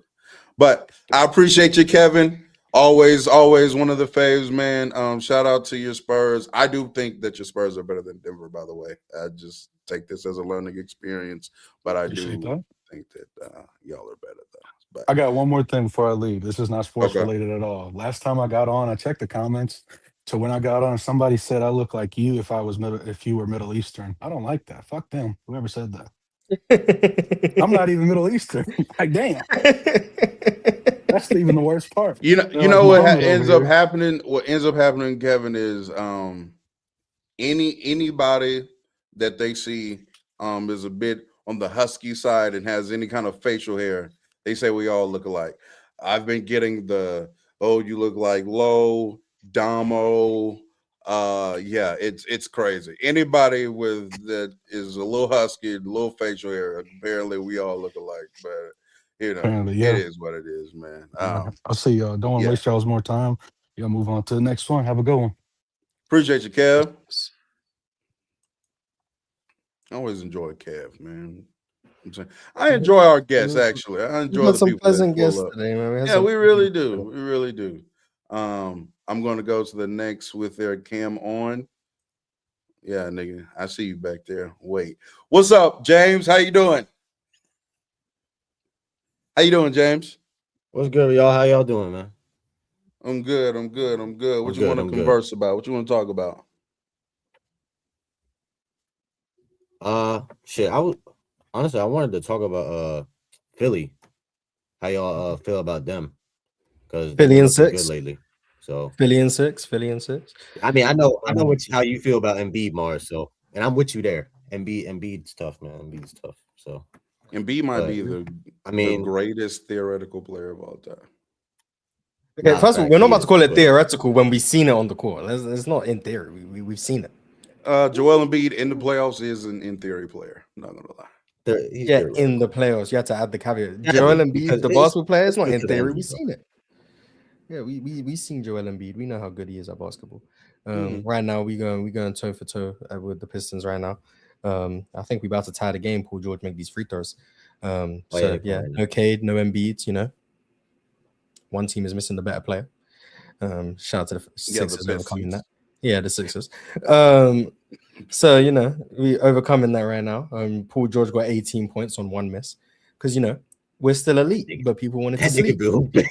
Yeah, people wanted to sleep. That 25 games worked wonders for That him. was a blessing in They're disguise. saying My he's goodness. unwashed. Wonders for They're him. saying he's unwashed now. It's hilarious, actually. It's funny. Yeah, I'm No, not that gonna brother lie. is That hooping. oh, he missed the free throw, but not tied down. But Oh. close enough. But yeah, Paul George amazing. I like Philly. I still think their overall roster is not very good, but the top end talent they have with like their big three and then throw VJ in there to make it 4. That's tough to overcome, especially when like Paul George is still an elite wing defender. Joel Embiid can still protect the rim. VJ as like your on-ball defender kind of guy, and then Tyrese Maxey running around like Iverson trying to get steals. Like you're not bleeding a ton on defense. It's just about whether or not that fifth guy can be viable for you. Ideally, it would be like Barlow because he can rebound, but they tend to go with Kelly Oubre, which I don't really like. But I think it's just a team you don't want to see in a playoff series. Do I realistically think they can make it all the way through the East? No. But am I going to pick them anyway? Yes. So I can see them beating everybody but the Celtics in the East. I think I agree with you. I could see them be like I'm not going to bet on it. Yeah, but I can see absolutely, them doing that. Yes. If the playoffs start right now, they would play the Knicks because they're the 6th. Oh, Philly and 6. Yeah, Philly and 6. Yeah. So I honestly, in real talk, I was with you on the Knicks, but they've been tripping. Yeah, Brunson, I don't like what I've been seeing. Towns talking about, I don't know, man. I don't know what my role is, all this stuff. Bro, we this late in the season, you still don't know what your role is? Yeah. This is crazy. This is disgusting. And Mikal Bridges, he been ass. Man, I'm off the Knicks too, man. It's crazy, man. This shit crazy, man. Yeah, they're very stay on that side, man. When the Knicks make the finals. Yeah, it would be funny if the Knicks do make the finals. That'd be hilarious.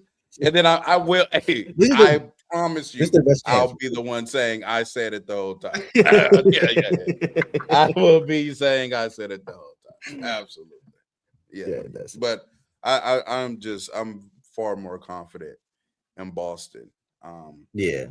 JT been hooping. Boston's really good, bro. I know, JT. I didn't want to JT one of my favorite players, man. I'm glad he's back on the court. man. Yeah. Is there I see you got your is that an OKC jersey on? You got an OKC jersey on? Shea jersey, you know what I'm saying, man? Shay. Okay. So Yeah. did let me ask you this. Yeah. Did anything that you witnessed today shift your opinion about the order of players in today's league? Did Nikola Jokic convince you or put a thought into your mind that maybe he still is the best player in the world? I'm not gonna lie to you. I didn't watch the game. I was out hooping. So Okay. Respect. I watched the game. I did watch the highlights. I seen the box score and everything. And I heard y'all talking about it. So, but honestly, I thought Jokic was better than Wemby anyways. So I think there are some Jokic idiots number that 2, don't Shea hold that 1, position. Jokic 2, Luka 3, Wemby 4. I told y'all this, I think Wednesday, So yeah. But that's my top 4 right now. So Wemby haters among us, man. It is what it is. all right. First of all, at least I have him actually top 5. This dude up here. Yeah, Wemby haters among us, man. They were just leave lurking the playoff. around. Yeah. I said he's had a top 5 regular season. Oh, okay. Give me a playoff run. And if this is what it's going to look like, you know what's funny? I remember what you said, Mars, when you were like, it actually may benefit him if he's worse defensively because he's going to get that tag anyway and be a good offensive player. But to me, in that game, what I watched, that he was top 5 level. But I was going to say, you about to say something anybody crazy. that's like saying he's not fucking with Jokic right now. He's not. Was Jokic like cooking him like? Was Jokic like cooking him like crazy? There were people that we're about to bring up that were saying he was better already. So yes, I have to reinstate that for whatever reason. I never thought when Jokic engaged on defense, that's when Jokic is engaged on defense, that's when you get to be like, oh, best player in the world. And you got Jokic best playing player in defense the world tonight. man. Yeah, you He's got Jokic engaged playing on defense defense tonight. So yeah. but I do think he's better. I think he's the still best think defensive player Wemby in was the the league. best defender on the court, though. So I don't know. I still think Wemby was the best defender. No, not if you can't. He's going to be that most ever not every getting night. fried. I'm sorry. So. You can't be the best defender ever just out there just getting fried, just fried to oblivion. Just was he frying him like that though? Man, I watched Shaq giving Hakeem. That whole second half, Hakeem work. He was frying him. I watched Shaq give that fadeaway, work, bro. and Hakeem is considered the best. But Shaq at least is like this dominating physical presence specimen. Don't get it'd be one, bro. Jokic was out there just giving that boy the look. I watched Kareem give Hakeem work. I've watched Kareem give Hakeem work. Kareem is 5 inches taller than Hakeem. Oh my god! That's a goalpost. The goalpost. Am I lying? Am I lying? No. The goalpost is just flying around right now, I guess. Okay. Disgusting work. I seen Russell Westbrook fry Kawhi. Wouldn't happen to Scotty. But look, I appreciate you, James, for coming up, man. Definitely again, one of our returning members. Make sure that you continue to tap in, and we appreciate you. Yeah, I will, man. Spending part of your day with us. Yeah, I appreciate y'all, man. Appreciate y'all for having me up, man. I'll be tapped in with both of y'all channels. So, shoot, I mean, I checked in on your stream earlier, so okay.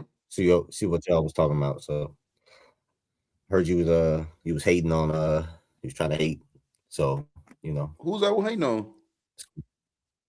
I don't know, but I heard some hate. But it's cool. It's cool. Okay, well.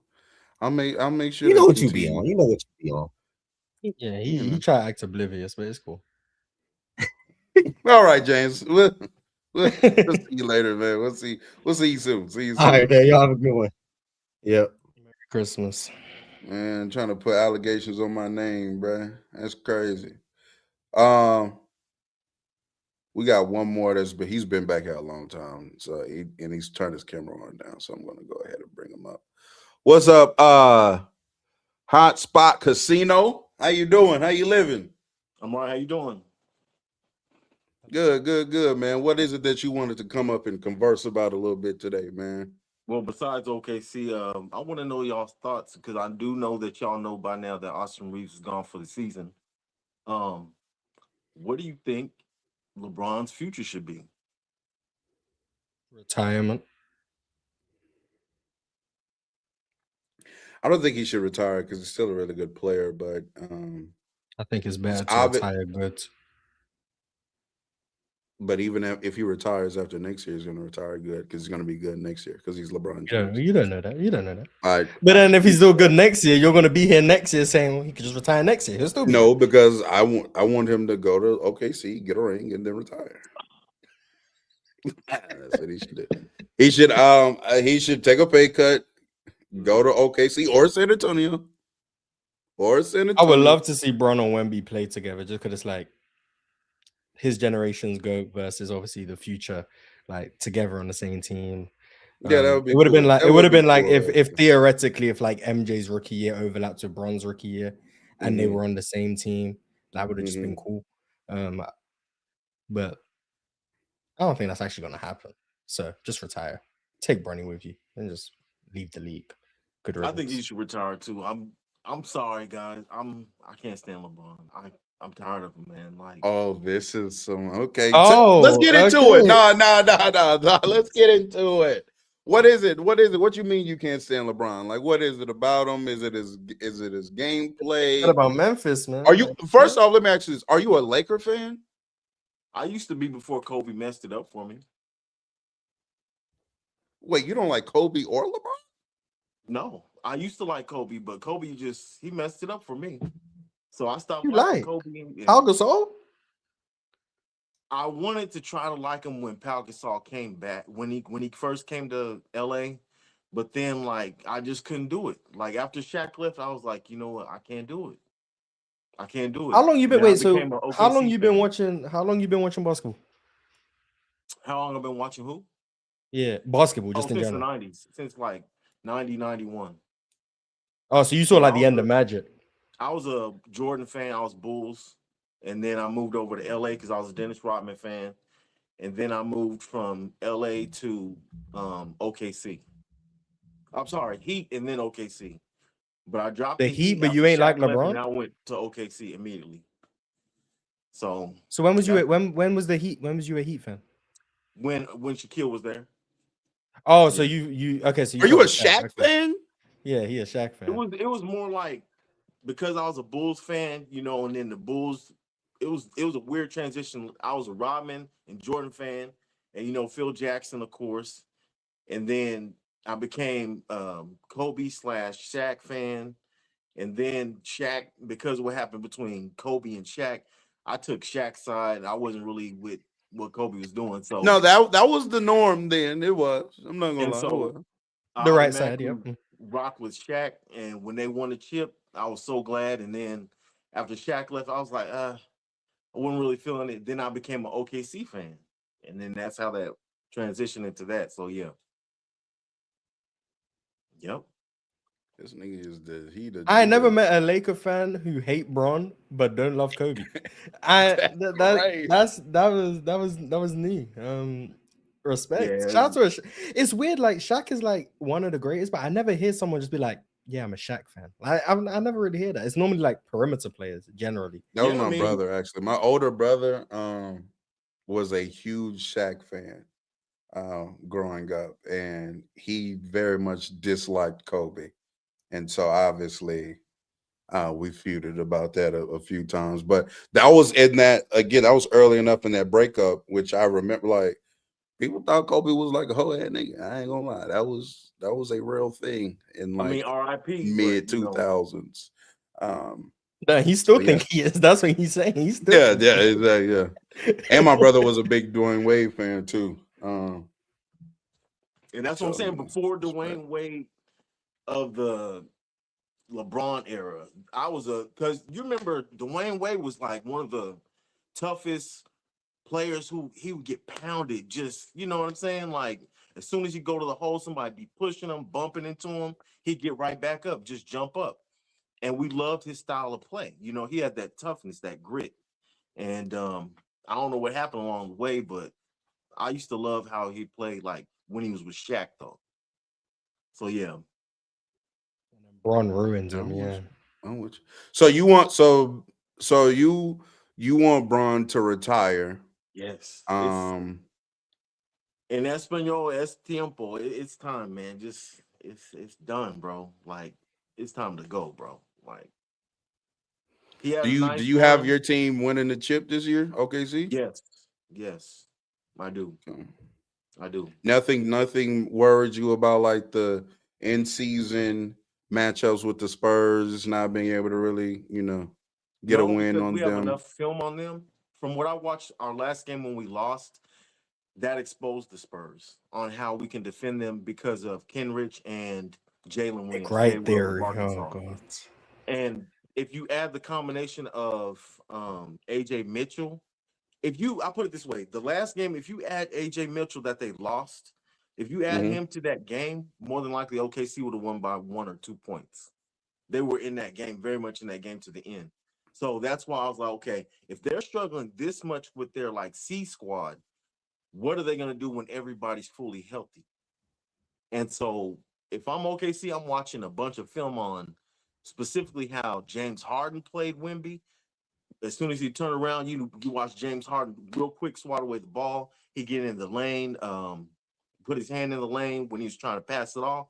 So it's just certain things you can do against Wemby, like keep him at the perimeter, make him shoot outside shots that I feel would get him off his rhythm instead of letting him get inside, especially getting back on defense. Don't let him get back on defense inside.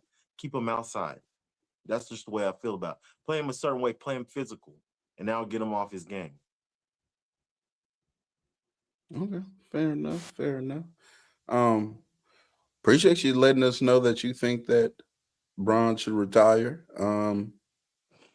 I think I disagree with you. I think Mars agrees with you. I don't know if he's being. I mean, no, I don't care what Bron does, to be honest. If he retires, he retires. If he doesn't, he doesn't. And that's I mean, okay, I'm gonna say this. I know it's out of left field, but do you feel that there's a possibility that the Lakers may be faking? Look, you want us to be this? How about you ride the ship? Do you feel like there's a little bit of faking, or do you feel like it's legitimately real? He's about the injuries? I'm just asking. I know it sounds crazy, my. but I'm just asking. Do they want to play with LeBron? I'm just asking. Yeah. We're gonna have you. Hey, look, we're going to have you back up on another episode. It's going to be another title, but you just stay tuned. I want you make sure you keep tapping in because there's going to be another episode where I definitely want you involved. All right. Now we don't have enough time to get into conspiracy land right now, right? But one of our conspiracy episodes, probably during the off season, make sure you tap in. I want you here personally. I want you here. All right. Appreciate you. Hotspot Casino. Until next time, man. Until next time. Let me go ahead and get this out the way. Hello? What's up? What's up? Only reason, you know why I'm up here for real? Yeah, nah, for real. Well, tell us why. Only reason why I'm up here is saying I'm saying thank you to Mars, man. I know y'all got to get out of here. So I'm just here to say thank you to Mars, man. He stood on business. I did. He wasn't allowing nonsense to be spread over on the platform. So I appreciate Mars. I just want to take Oh, he talking about the pen shit. I was so confused. I was just taking the flowers. Oh, okay. Oh, yeah. You standing on business. You wasn't allowing that idiot to sit there and just say some dumb shit. So I didn't know what you were talking about. But okay, yeah, okay. No, I wasn't gonna say his name. I was gonna just wait for the video to drop. But you know, there's a video dropping. Oh my god, brother. Oh yeah, there's definitely a video dropping. But I just wanted to come here and I just want to say thank you about what you said about Penn. And you didn't say nothing about it. You really he was trying to basically just lie and just say a bunch of nonsense without watching a video that he was trying to critique. And he was like, yeah, you probably should have just watched the video. So I definitely appreciate that, bro. He came up here to promo his new video, Dissing Pen. That's what he came up here for. But you're welcome. You're welcome. That's And all. I'll watch that. I'll watch that video too. It And is I'll a leave bit. comment It is saying a I bit. supported my panelists. It is a bit graphic, but you know, it is what it is. But yeah. Oh, brother. It was You right wanna- after. It was right after the Lakers lost to OKC, so I wasn't in the greatest of moods. So That makes sense. That makes sense. I know earlier you wanted to troll about Fox and whatnot, but we're not going to James Harden, De'Aaron Fox. And what I mean by that is talk about the second or third best player on the team when the first best player. he should be the second. He's the third now. But no, I'm hearing one bad game and now you're worse than Stephon Castle and whatnot. But that's great. What I want to get into though is how your best player in the world, because that's what you said on tape, on camera, live, and in action. Your best player in the world, who is also allegedly is a key word that I want to throw out there. Allegedly the greatest defensive player of all time. And, he couldn't manufacture enough stomps against the guy that you say that he overtook and Nikola Jokic late in that game. Yeah. I also didn't see any of those corner threes being generated in that fourth quarter from the great role of Victor Wembanyama or the rim presence. I didn't see that either. So maybe you can address that. But first off, I do want your words about Victor Wembanyama being outplayed by a player that's better than him that you said he wasn't because of a 20-game sample. Well, I mean, it takes the greatest offensive player of all time to score on the greatest defensive player of all time. So that's just how that happens. I mean, that's what you have to do. I knew you were trying to spin it that way. I didn't let you talk. I didn't cut you off. I didn't cut you off. I didn't cut you off.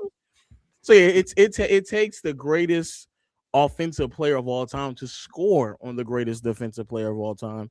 And in terms of what Wemby did, I thought he was fantastic for, the first 46 minutes of the game, and then he closed it out. He should have got in better positioning, and obviously he kind of let Aaron Gordon look a little bit better than he should have been because he kept catching at the elbow. And personally speaking, I mean, I'm not going to blame anyone else except for Wemby, because that's where I think he is. Fox is dog shit. I don't care about him. He's a dumb fuck. Nobody doesn't care.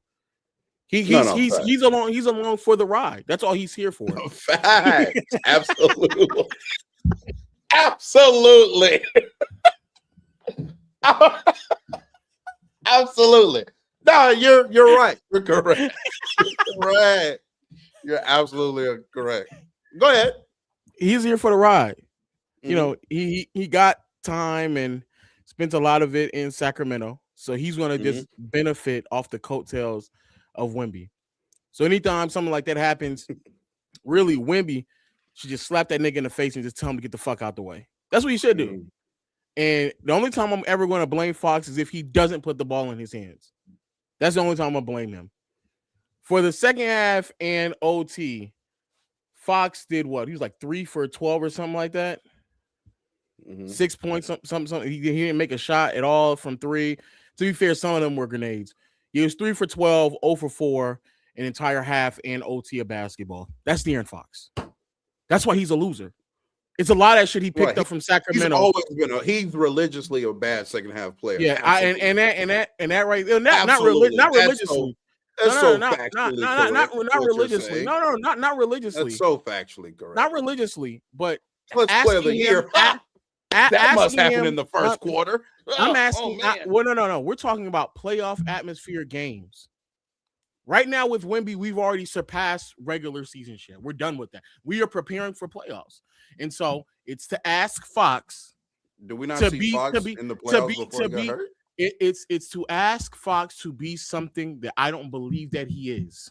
So if he ever does anything more than what he did tonight, I will applaud him, because that's how little I think of him. Right? Well, he's along for the ride. He's in a grocery bag. He's in the back seat. He's in the back seat. He's next to Keldon Johnson.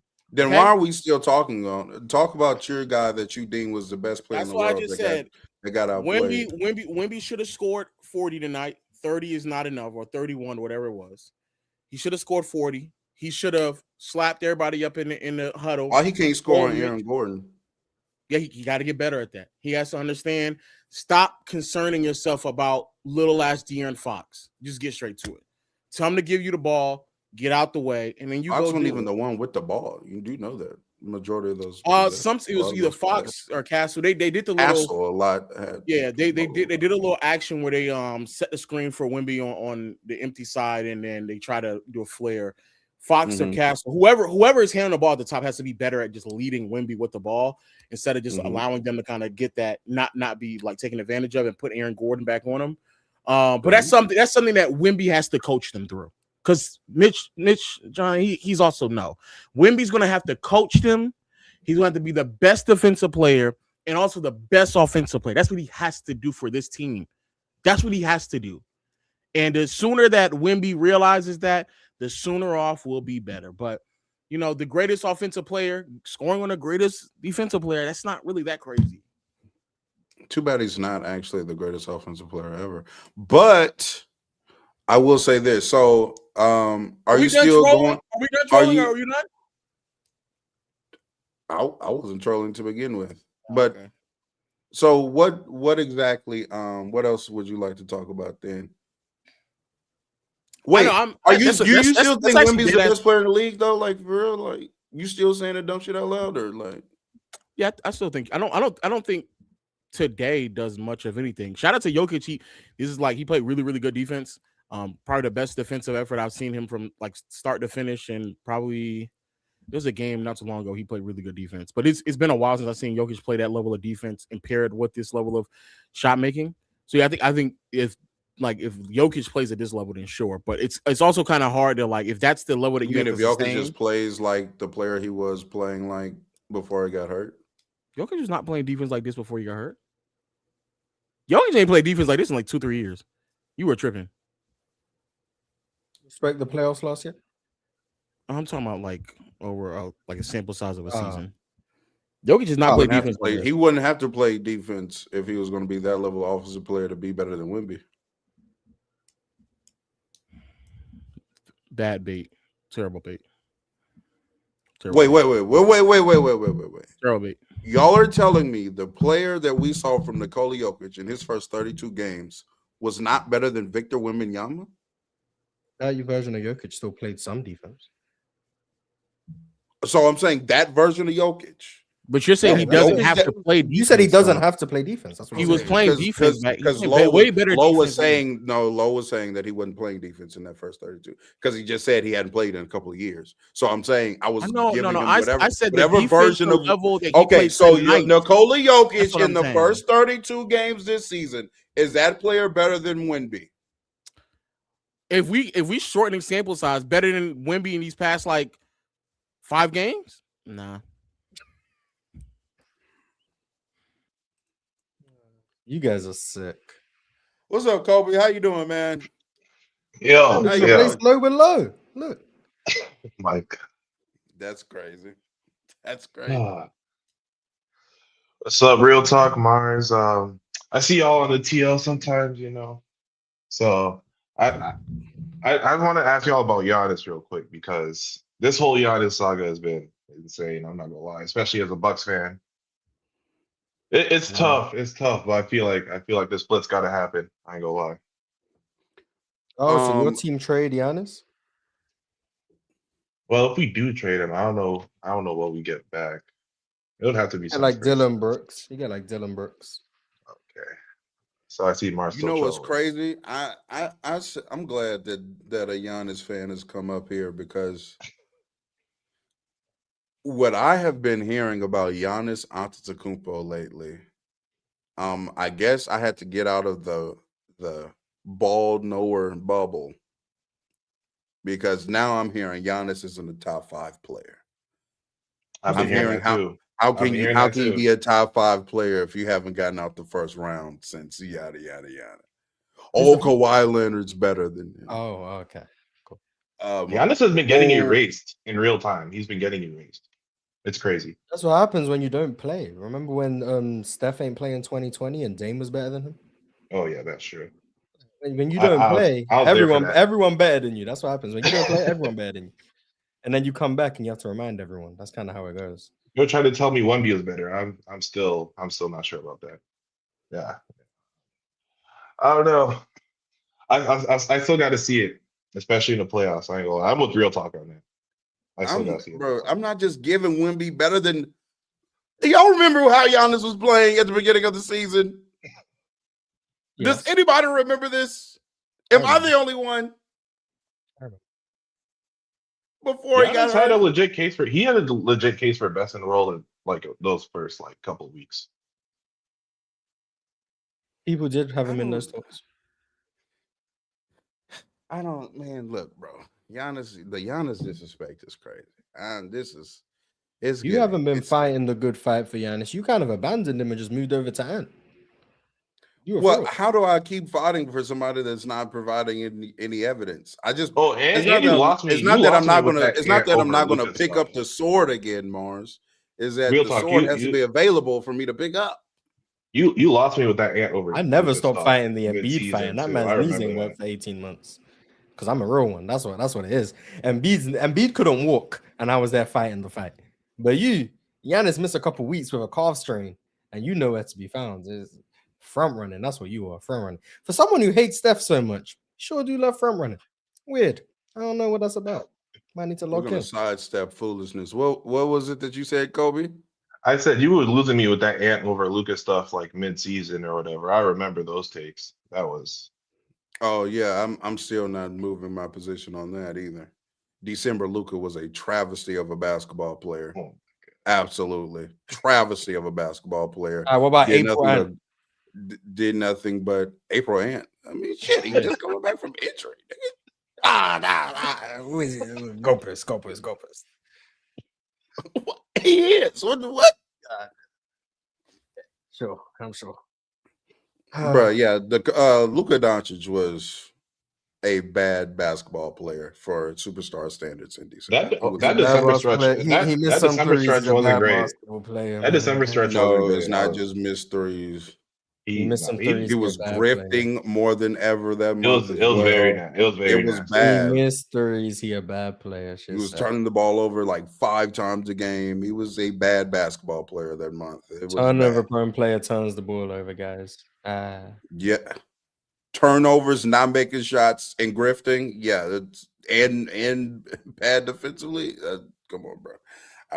He was a bad basketball player. Still grifting, by the way.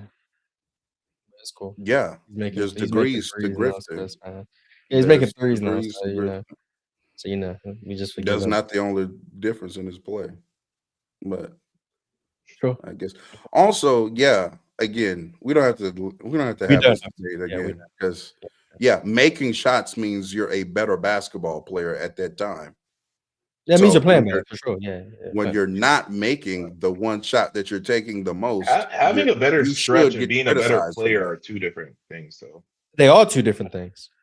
But let's and I would say he was better at the time. But by better, like, what do you mean by better? Anthony Edwards was a better basketball player at the time.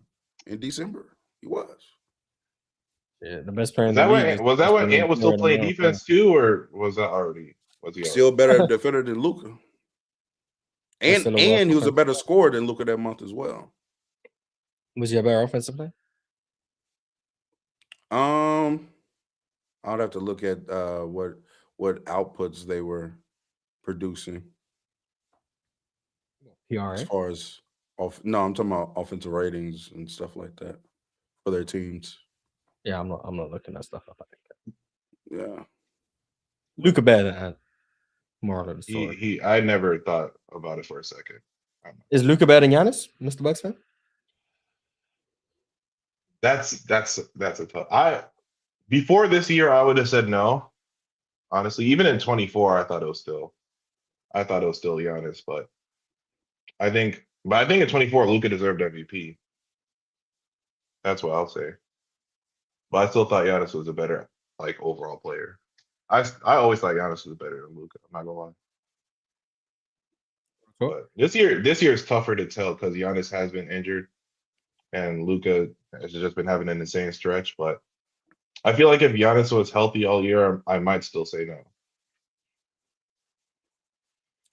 I think that people don't want to acknowledge because how high the highs are with Luka Doncic this season, how low the lows were.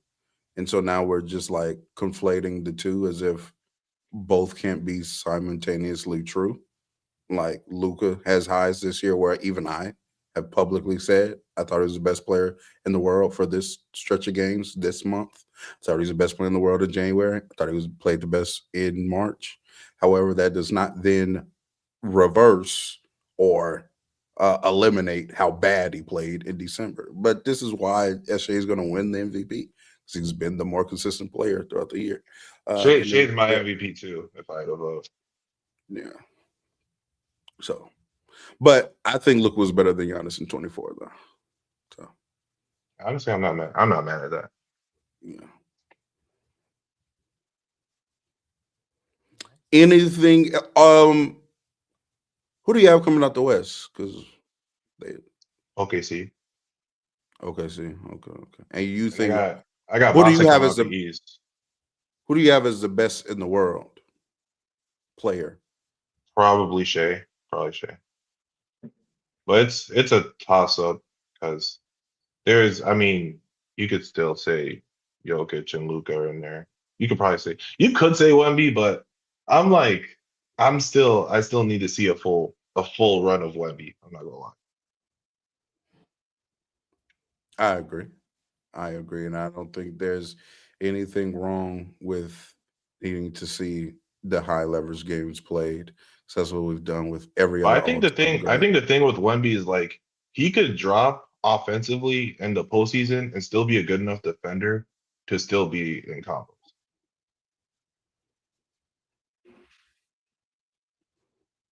In my opinion. You watched Wemby. Do you think Wemby was today? And I want you to answer this question as well, Mars. Yes, I think he was gonna Today. be. No, Yes. no, that's not the question. The answer is yes. That's cap.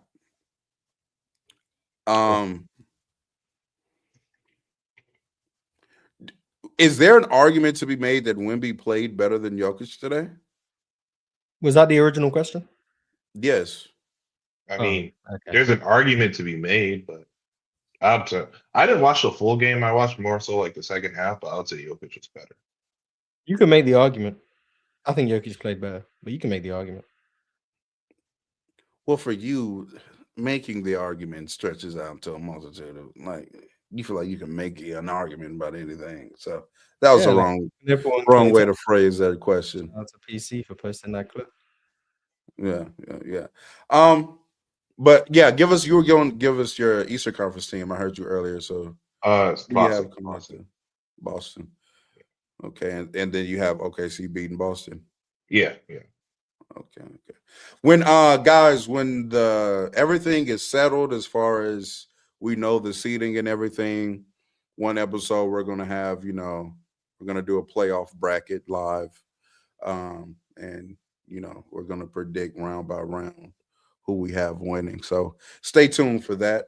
That will obviously be as soon as we have the seating available. But I appreciate you, Kobe. Is there anything else you would like to get off before you? No. I got what I need to get off. Just Giannis propaganda. Thank you, someone. Respect Giannis. Giannis. Respect Giannis. He has been getting a lot of talk lately. I just need to get it back in the air, man. As you I'll be bringing him up Monday. Now I'm gonna hold it down, Kobe. I'm gonna hold it down. I'm bringing him up Monday. I appreciate it. About time. All right, man. Peace.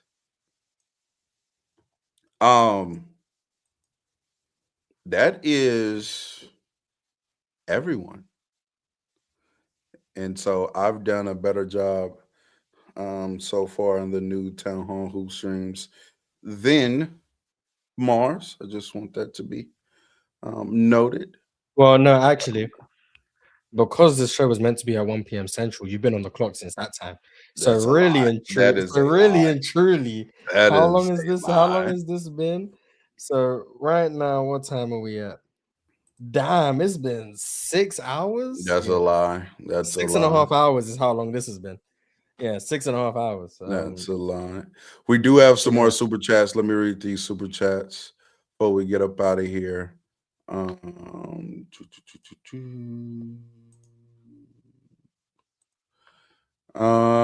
me see. I'm trying to see which ones we already read. Do we read this one? Malcolm, Steven? Yeah, we did. Yeah, you read yeah, we everything did. after Tresmania was the last one you read. Yeah, okay. Gaming Fanatic 892 says Jokic defense caps him outside top 3 centers ever. Well, let's just look. So your top 3 centers ever was Hakeem, Shaq, and Kareem, I believe. Yeah, Hakeem, Kareem, Shaq. Mine was Bill, Kareem, Shaq. There's not much Jokic can do to crack that top 3.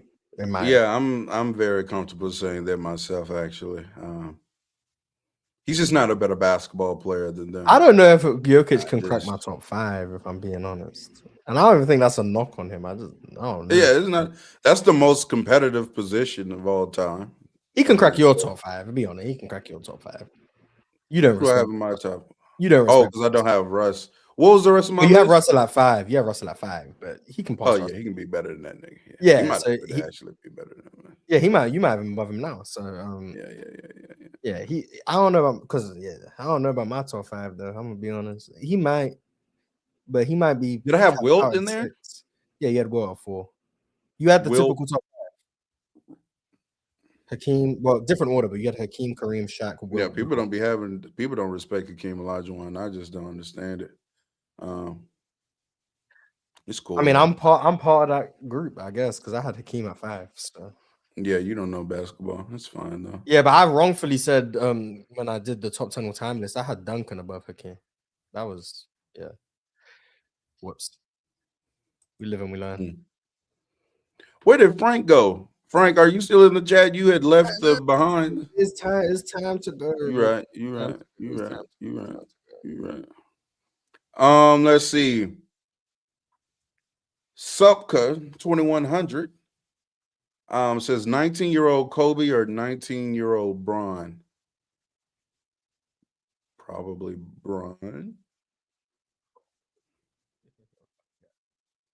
Because 19-year-old Kobe is what, like 98? Yeah, year 2. Yeah. 19-year-old Bron is his rookie year, though, to be fair. Bron's still better. Hot take. But hey, if you were to say 22 Kobe and 22 Bron. What's that, 01 and 07? Is that what that is? Yeah. I got Kobe, by the way. I don't, and y'all can say whatever you want about that. I'm not as high on 07 Bron as other people. I know why they're high on him. I mean, they got to the finals, but I don't see it the way others see it. So it is what it is. Shout out to Bron though. Good player. Great player. Amazing player. Oh, I will say this though. You are asleep on 06 Bron, though. I've heard you talking about 06 Bron. They averaged 31. In comparison to what, Wemby? Something like that. Because I said Wemby's better than him? Yeah, I'm still standing on that for sure. Respect him. I do. He's like the third best 22-year-old. Who the other two? I mean, third best year 3. He's like the third best year 3. Who? 06 Bron. Like the third best. It's good, right? Exactly. Hey, let me ask you a question, actually. Who is better, 06 Bron or 06 Wade? Ooh. Is that you acting like I'm just crazy for saying third best year 3? Like 06 Wade wasn't in that year. Now he going ooh, but looking at me like I was insane. I'm probably still leaning Bron. Oh, but you can see how we wouldn't be just clear tough, second best, right?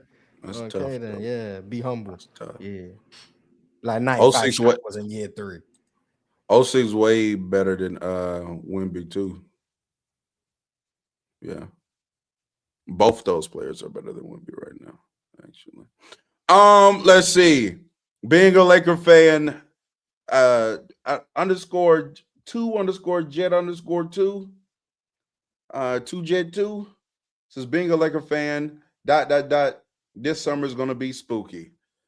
Yeah, just buckle up. But we have an excuse, so don't even sweat it, man. Don't even sweat it. If you guys win, like around Bron turning back the clock, you guys gonna realize Bron turning back the clock. This is gonna be 2018 all over again, man. He gonna empower Ayton. Ayton gonna be averaging like 90. The chill town DeAndre Ayton. We gonna see that. That's what we're gonna see. The all-star DeAndre Ayton, I believe. You think LeBron James in 2026 can make any center look better than what Luka Doncic would? I think LeBron James is capable in small samples, like the playoffs, of elevating his game. That's what I think he's capable of doing. To the point where he can be the best player in a series and win a series, and then do it again in the next series, and then do it again in the next series, and then lose. In the finals? Yep. Like regular? Let's actually, theoretically, Austin Reeves out for the playoffs. Luka out for the playoffs.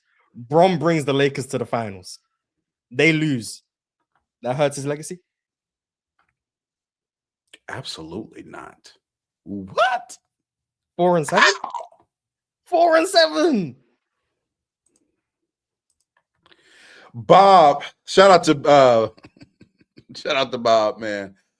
He said he don't talk for all Knicks fans living in Detroit. Shaking my head. This is who Knicks supports like myself get it is supposed to be supporters, so I was correct.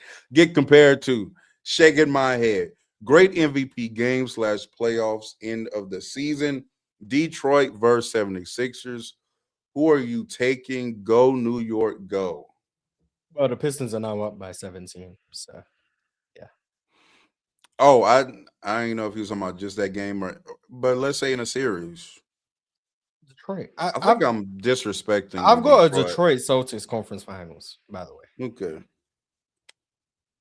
Maybe I'm just disrespectful to Detroit. And if so, apologies. I mean, I don't think it's ridiculous to question the offense. Like, where is it coming from in the playoffs? I have the same question. I just genuinely think you can't score against the Pistons. Like, I genuinely think you can't score against them. Well, that's a lot of a SAR prop for you, but you know. And Ron Holland, respect Ron Holland. Yeah, you definitely shout out Ron Holland. And Beefs too. I mean, and Cade is functional on defense. Kevin Huerter makes their defense better than Duncan Robinson does. Jalen Duren has improved. A lot of that is, I think, because he holds his stars' hands, but improved nonetheless. Yeah. Have you watched the Pistons? Like, you think you could just score on this team easy? It's not about being able to score on them easy because they are a great defensive team. Like, I saw them against their recent game against OKC. Very impressive outing. However, my problem is if and when you do, they're beat. That's kind of like.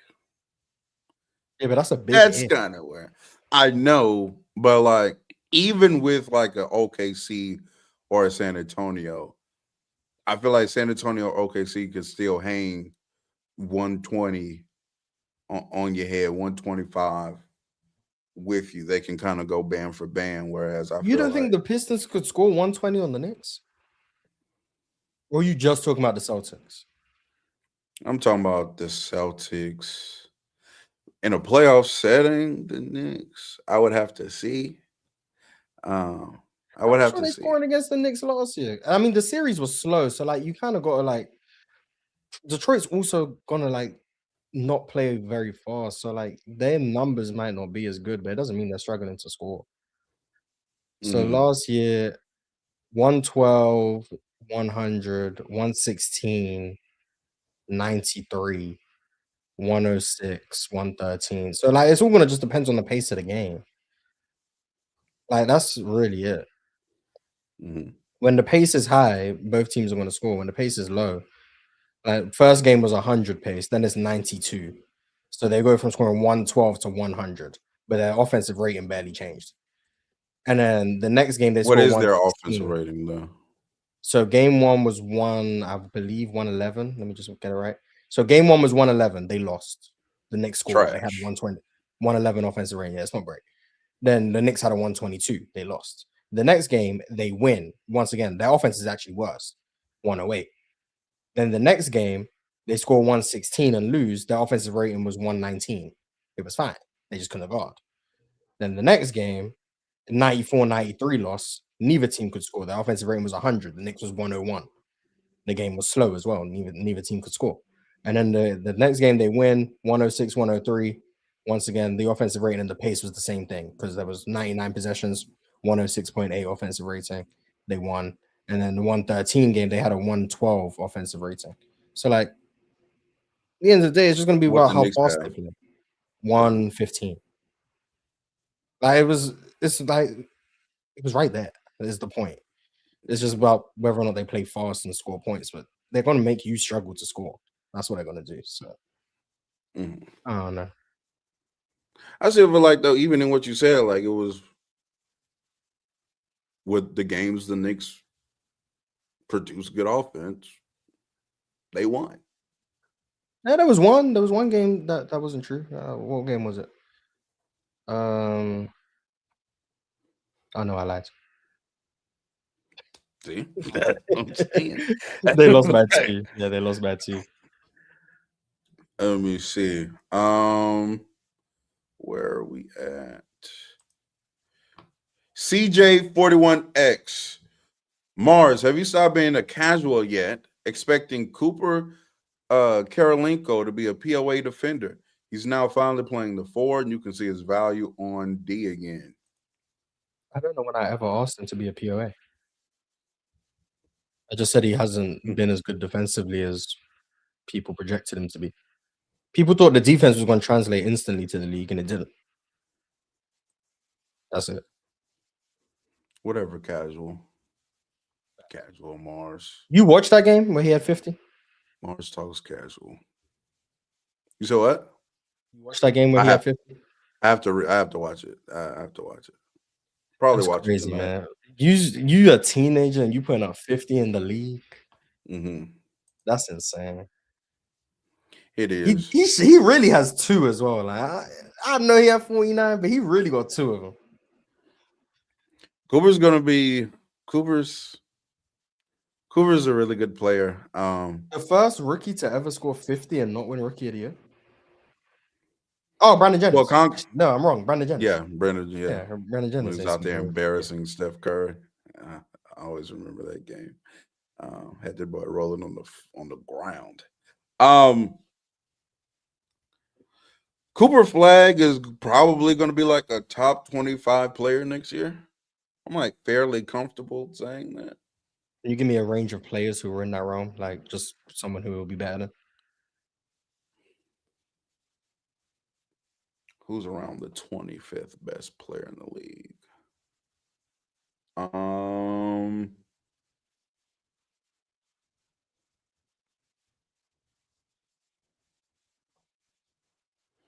Funny enough,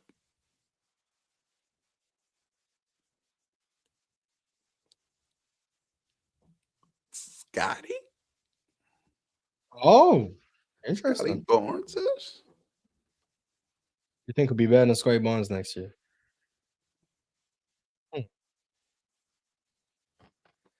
I don't know, man. To me, what's going to always keep Scotty's like ceiling low is his lack of offensive game. I just don't really see that growing for him, particularly as a scorer. I am very impressed with him as a ball handler and a passer and a playmaker. And defensively, I mean, he's one of like the 5 best defenders in the league, probably. Bare minimum 10. So I'm interested to see Cooper Flag's development, man. He once again he further along offensively than I thought he'd be. I kind of saw him like capping out as like a 23, 24 point scorer. I did as well, and so that's what's like making me real. It's like, yeah, he's My fault. yeah. And I had people of the Cooper Flag bandwagon, and they were like, no, bro, you're not getting it. Like, he's dead ass like 17 and a half right now. He's gonna figure it out.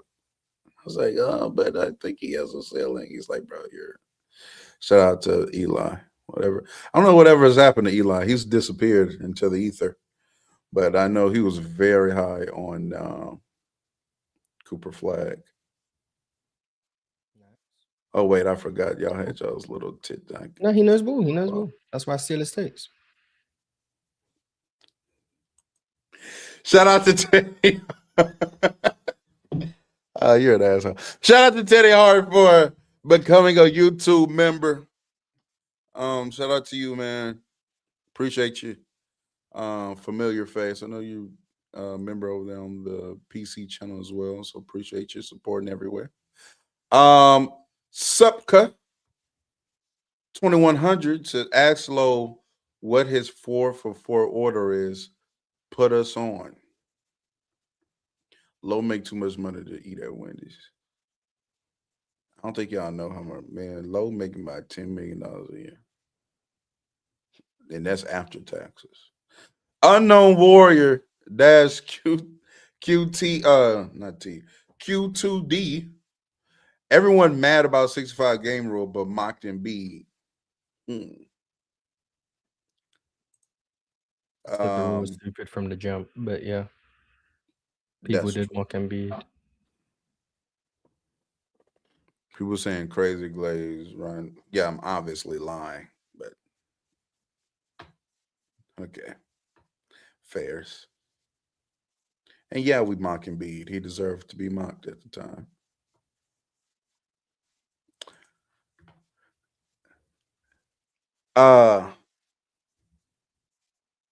Go ahead, Mars. Yasir Ali 5136. Can Darren Peterson become a true 3-level scorer immediately, or will his efficiency take time to develop? I think it depends on the team he's on. I just hope they don't try and make him a point guard, because I don't see that in his future. But if you use him as a 2 guard with his shot making ability, and you're able to like manufacture some rim attempts for him, and also assuming the explosion comes back and you're kind of like buying into the high school stuff, I think he can be relatively efficient year one. Was he really that much worse of an athlete in college?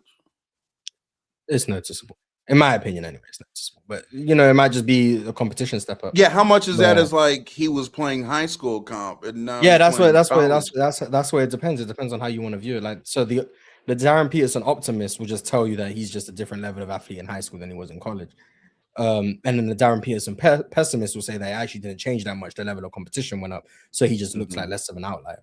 I don't know what side I'm on. I do think I do think it was worse because of the injury, but I also don't think he's a generational athlete. So I've never, even when I saw like his high school stuff, that never really was like the wow factor for me. He's not a generational athlete. He had burst. He was able to get by people in a way that he didn't really at Kansas. Just a very skillful scorer. That's what screams from the television to me. His shot die in Kansas was a lot more difficult though. Like, he couldn't really get to the rim in the half court by himself in Kansas. That wasn't a thing at Prolific. So, but once again, it could be a competition thing. We'll see. I want his handle to improve though. Very, very, very loose handle, but we'll see. I said that. I said that a few months ago, and people were like, "What do you mean?" It's like, bro, if you watch that, it's a high loose handle that he has. The person I've seen that work for real is Jamal Crawford. Jamal Crawford is like the only one I've seen be able to get that off consistently. I'm trying to think. Maybe like peak KD, like still moving KD was able to get that off. I guess.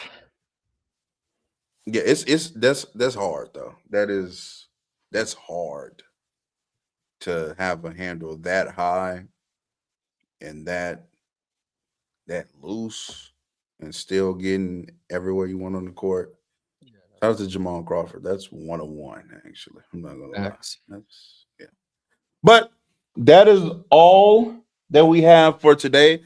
We appreciate you all pulling up, showing much love to Town Hall Hoop Streams. There's no episoding, by the way. Just a reminder for you. Yeah, take that episode. Yeah. Shout out to Town Hall Hoop Streams. We will be live Wednesday over on Mars's channel. I'm gonna put his Unknown Warrior QT. Damn, why do I keep saying QT? Q2D. When watching bigs like Jokic, Wemby, etc., to me, it's crazy how Embiid handle seems so way ahead and comfortable compared to all the other bigs. I always say Embiid's the most wing adjacent big we've ever seen. Like just in terms of how he played. Everyone else, you can tell they were big, and there's nothing wrong with that. I mean, they're huge human beings. But yeah, Embiid is the most wing coded, in my opinion. Embiid is so crazy of a player for me to watch because you have this massive mammoth of a human being that has this ultra soft touch. It's so weird to look at it to me. Be hating, man. Yeah, whatever, nigga. Shout out to theoretic player of the greatest of all time. Shout out to you. You know what I'm saying? Wish we could have saw you in the playoffs healthy. It just never happened like that. You know what I'm saying? But it is what it is. You win some, you lose some, but you made 9 figures, so you probably don't give a fuck anyway. But again, thank you all for pulling up. Wednesday's episode will be at 3 Central, 4 Eastern. That is over there on Mars's channel, so make sure that you're tapped in. I will add his YouTube channel in the title, and so all you're going to have to do is click his name, and it'll move you to Mars's channel. Make sure you're subscribed over there as well. Turn that notification bell on over there as well. And of course, you can catch us on the panel, me Mondays and Wednesdays. And they tried to get me up there Friday, but didn't hit me till like later on in that morning. So, you know, I decided, hey, I don't need to be up there because it's going to be a shit show anyway. But yeah, I'll be on there Monday. Yeah. That was you catch me on there Mondays and Wednesdays for sure. And Mars, of course, is Monday through Friday. You know, he's just over there backpacking. You know, it is what it is. And we will see you all later. Peace, love, and blessings. Merry Christmas.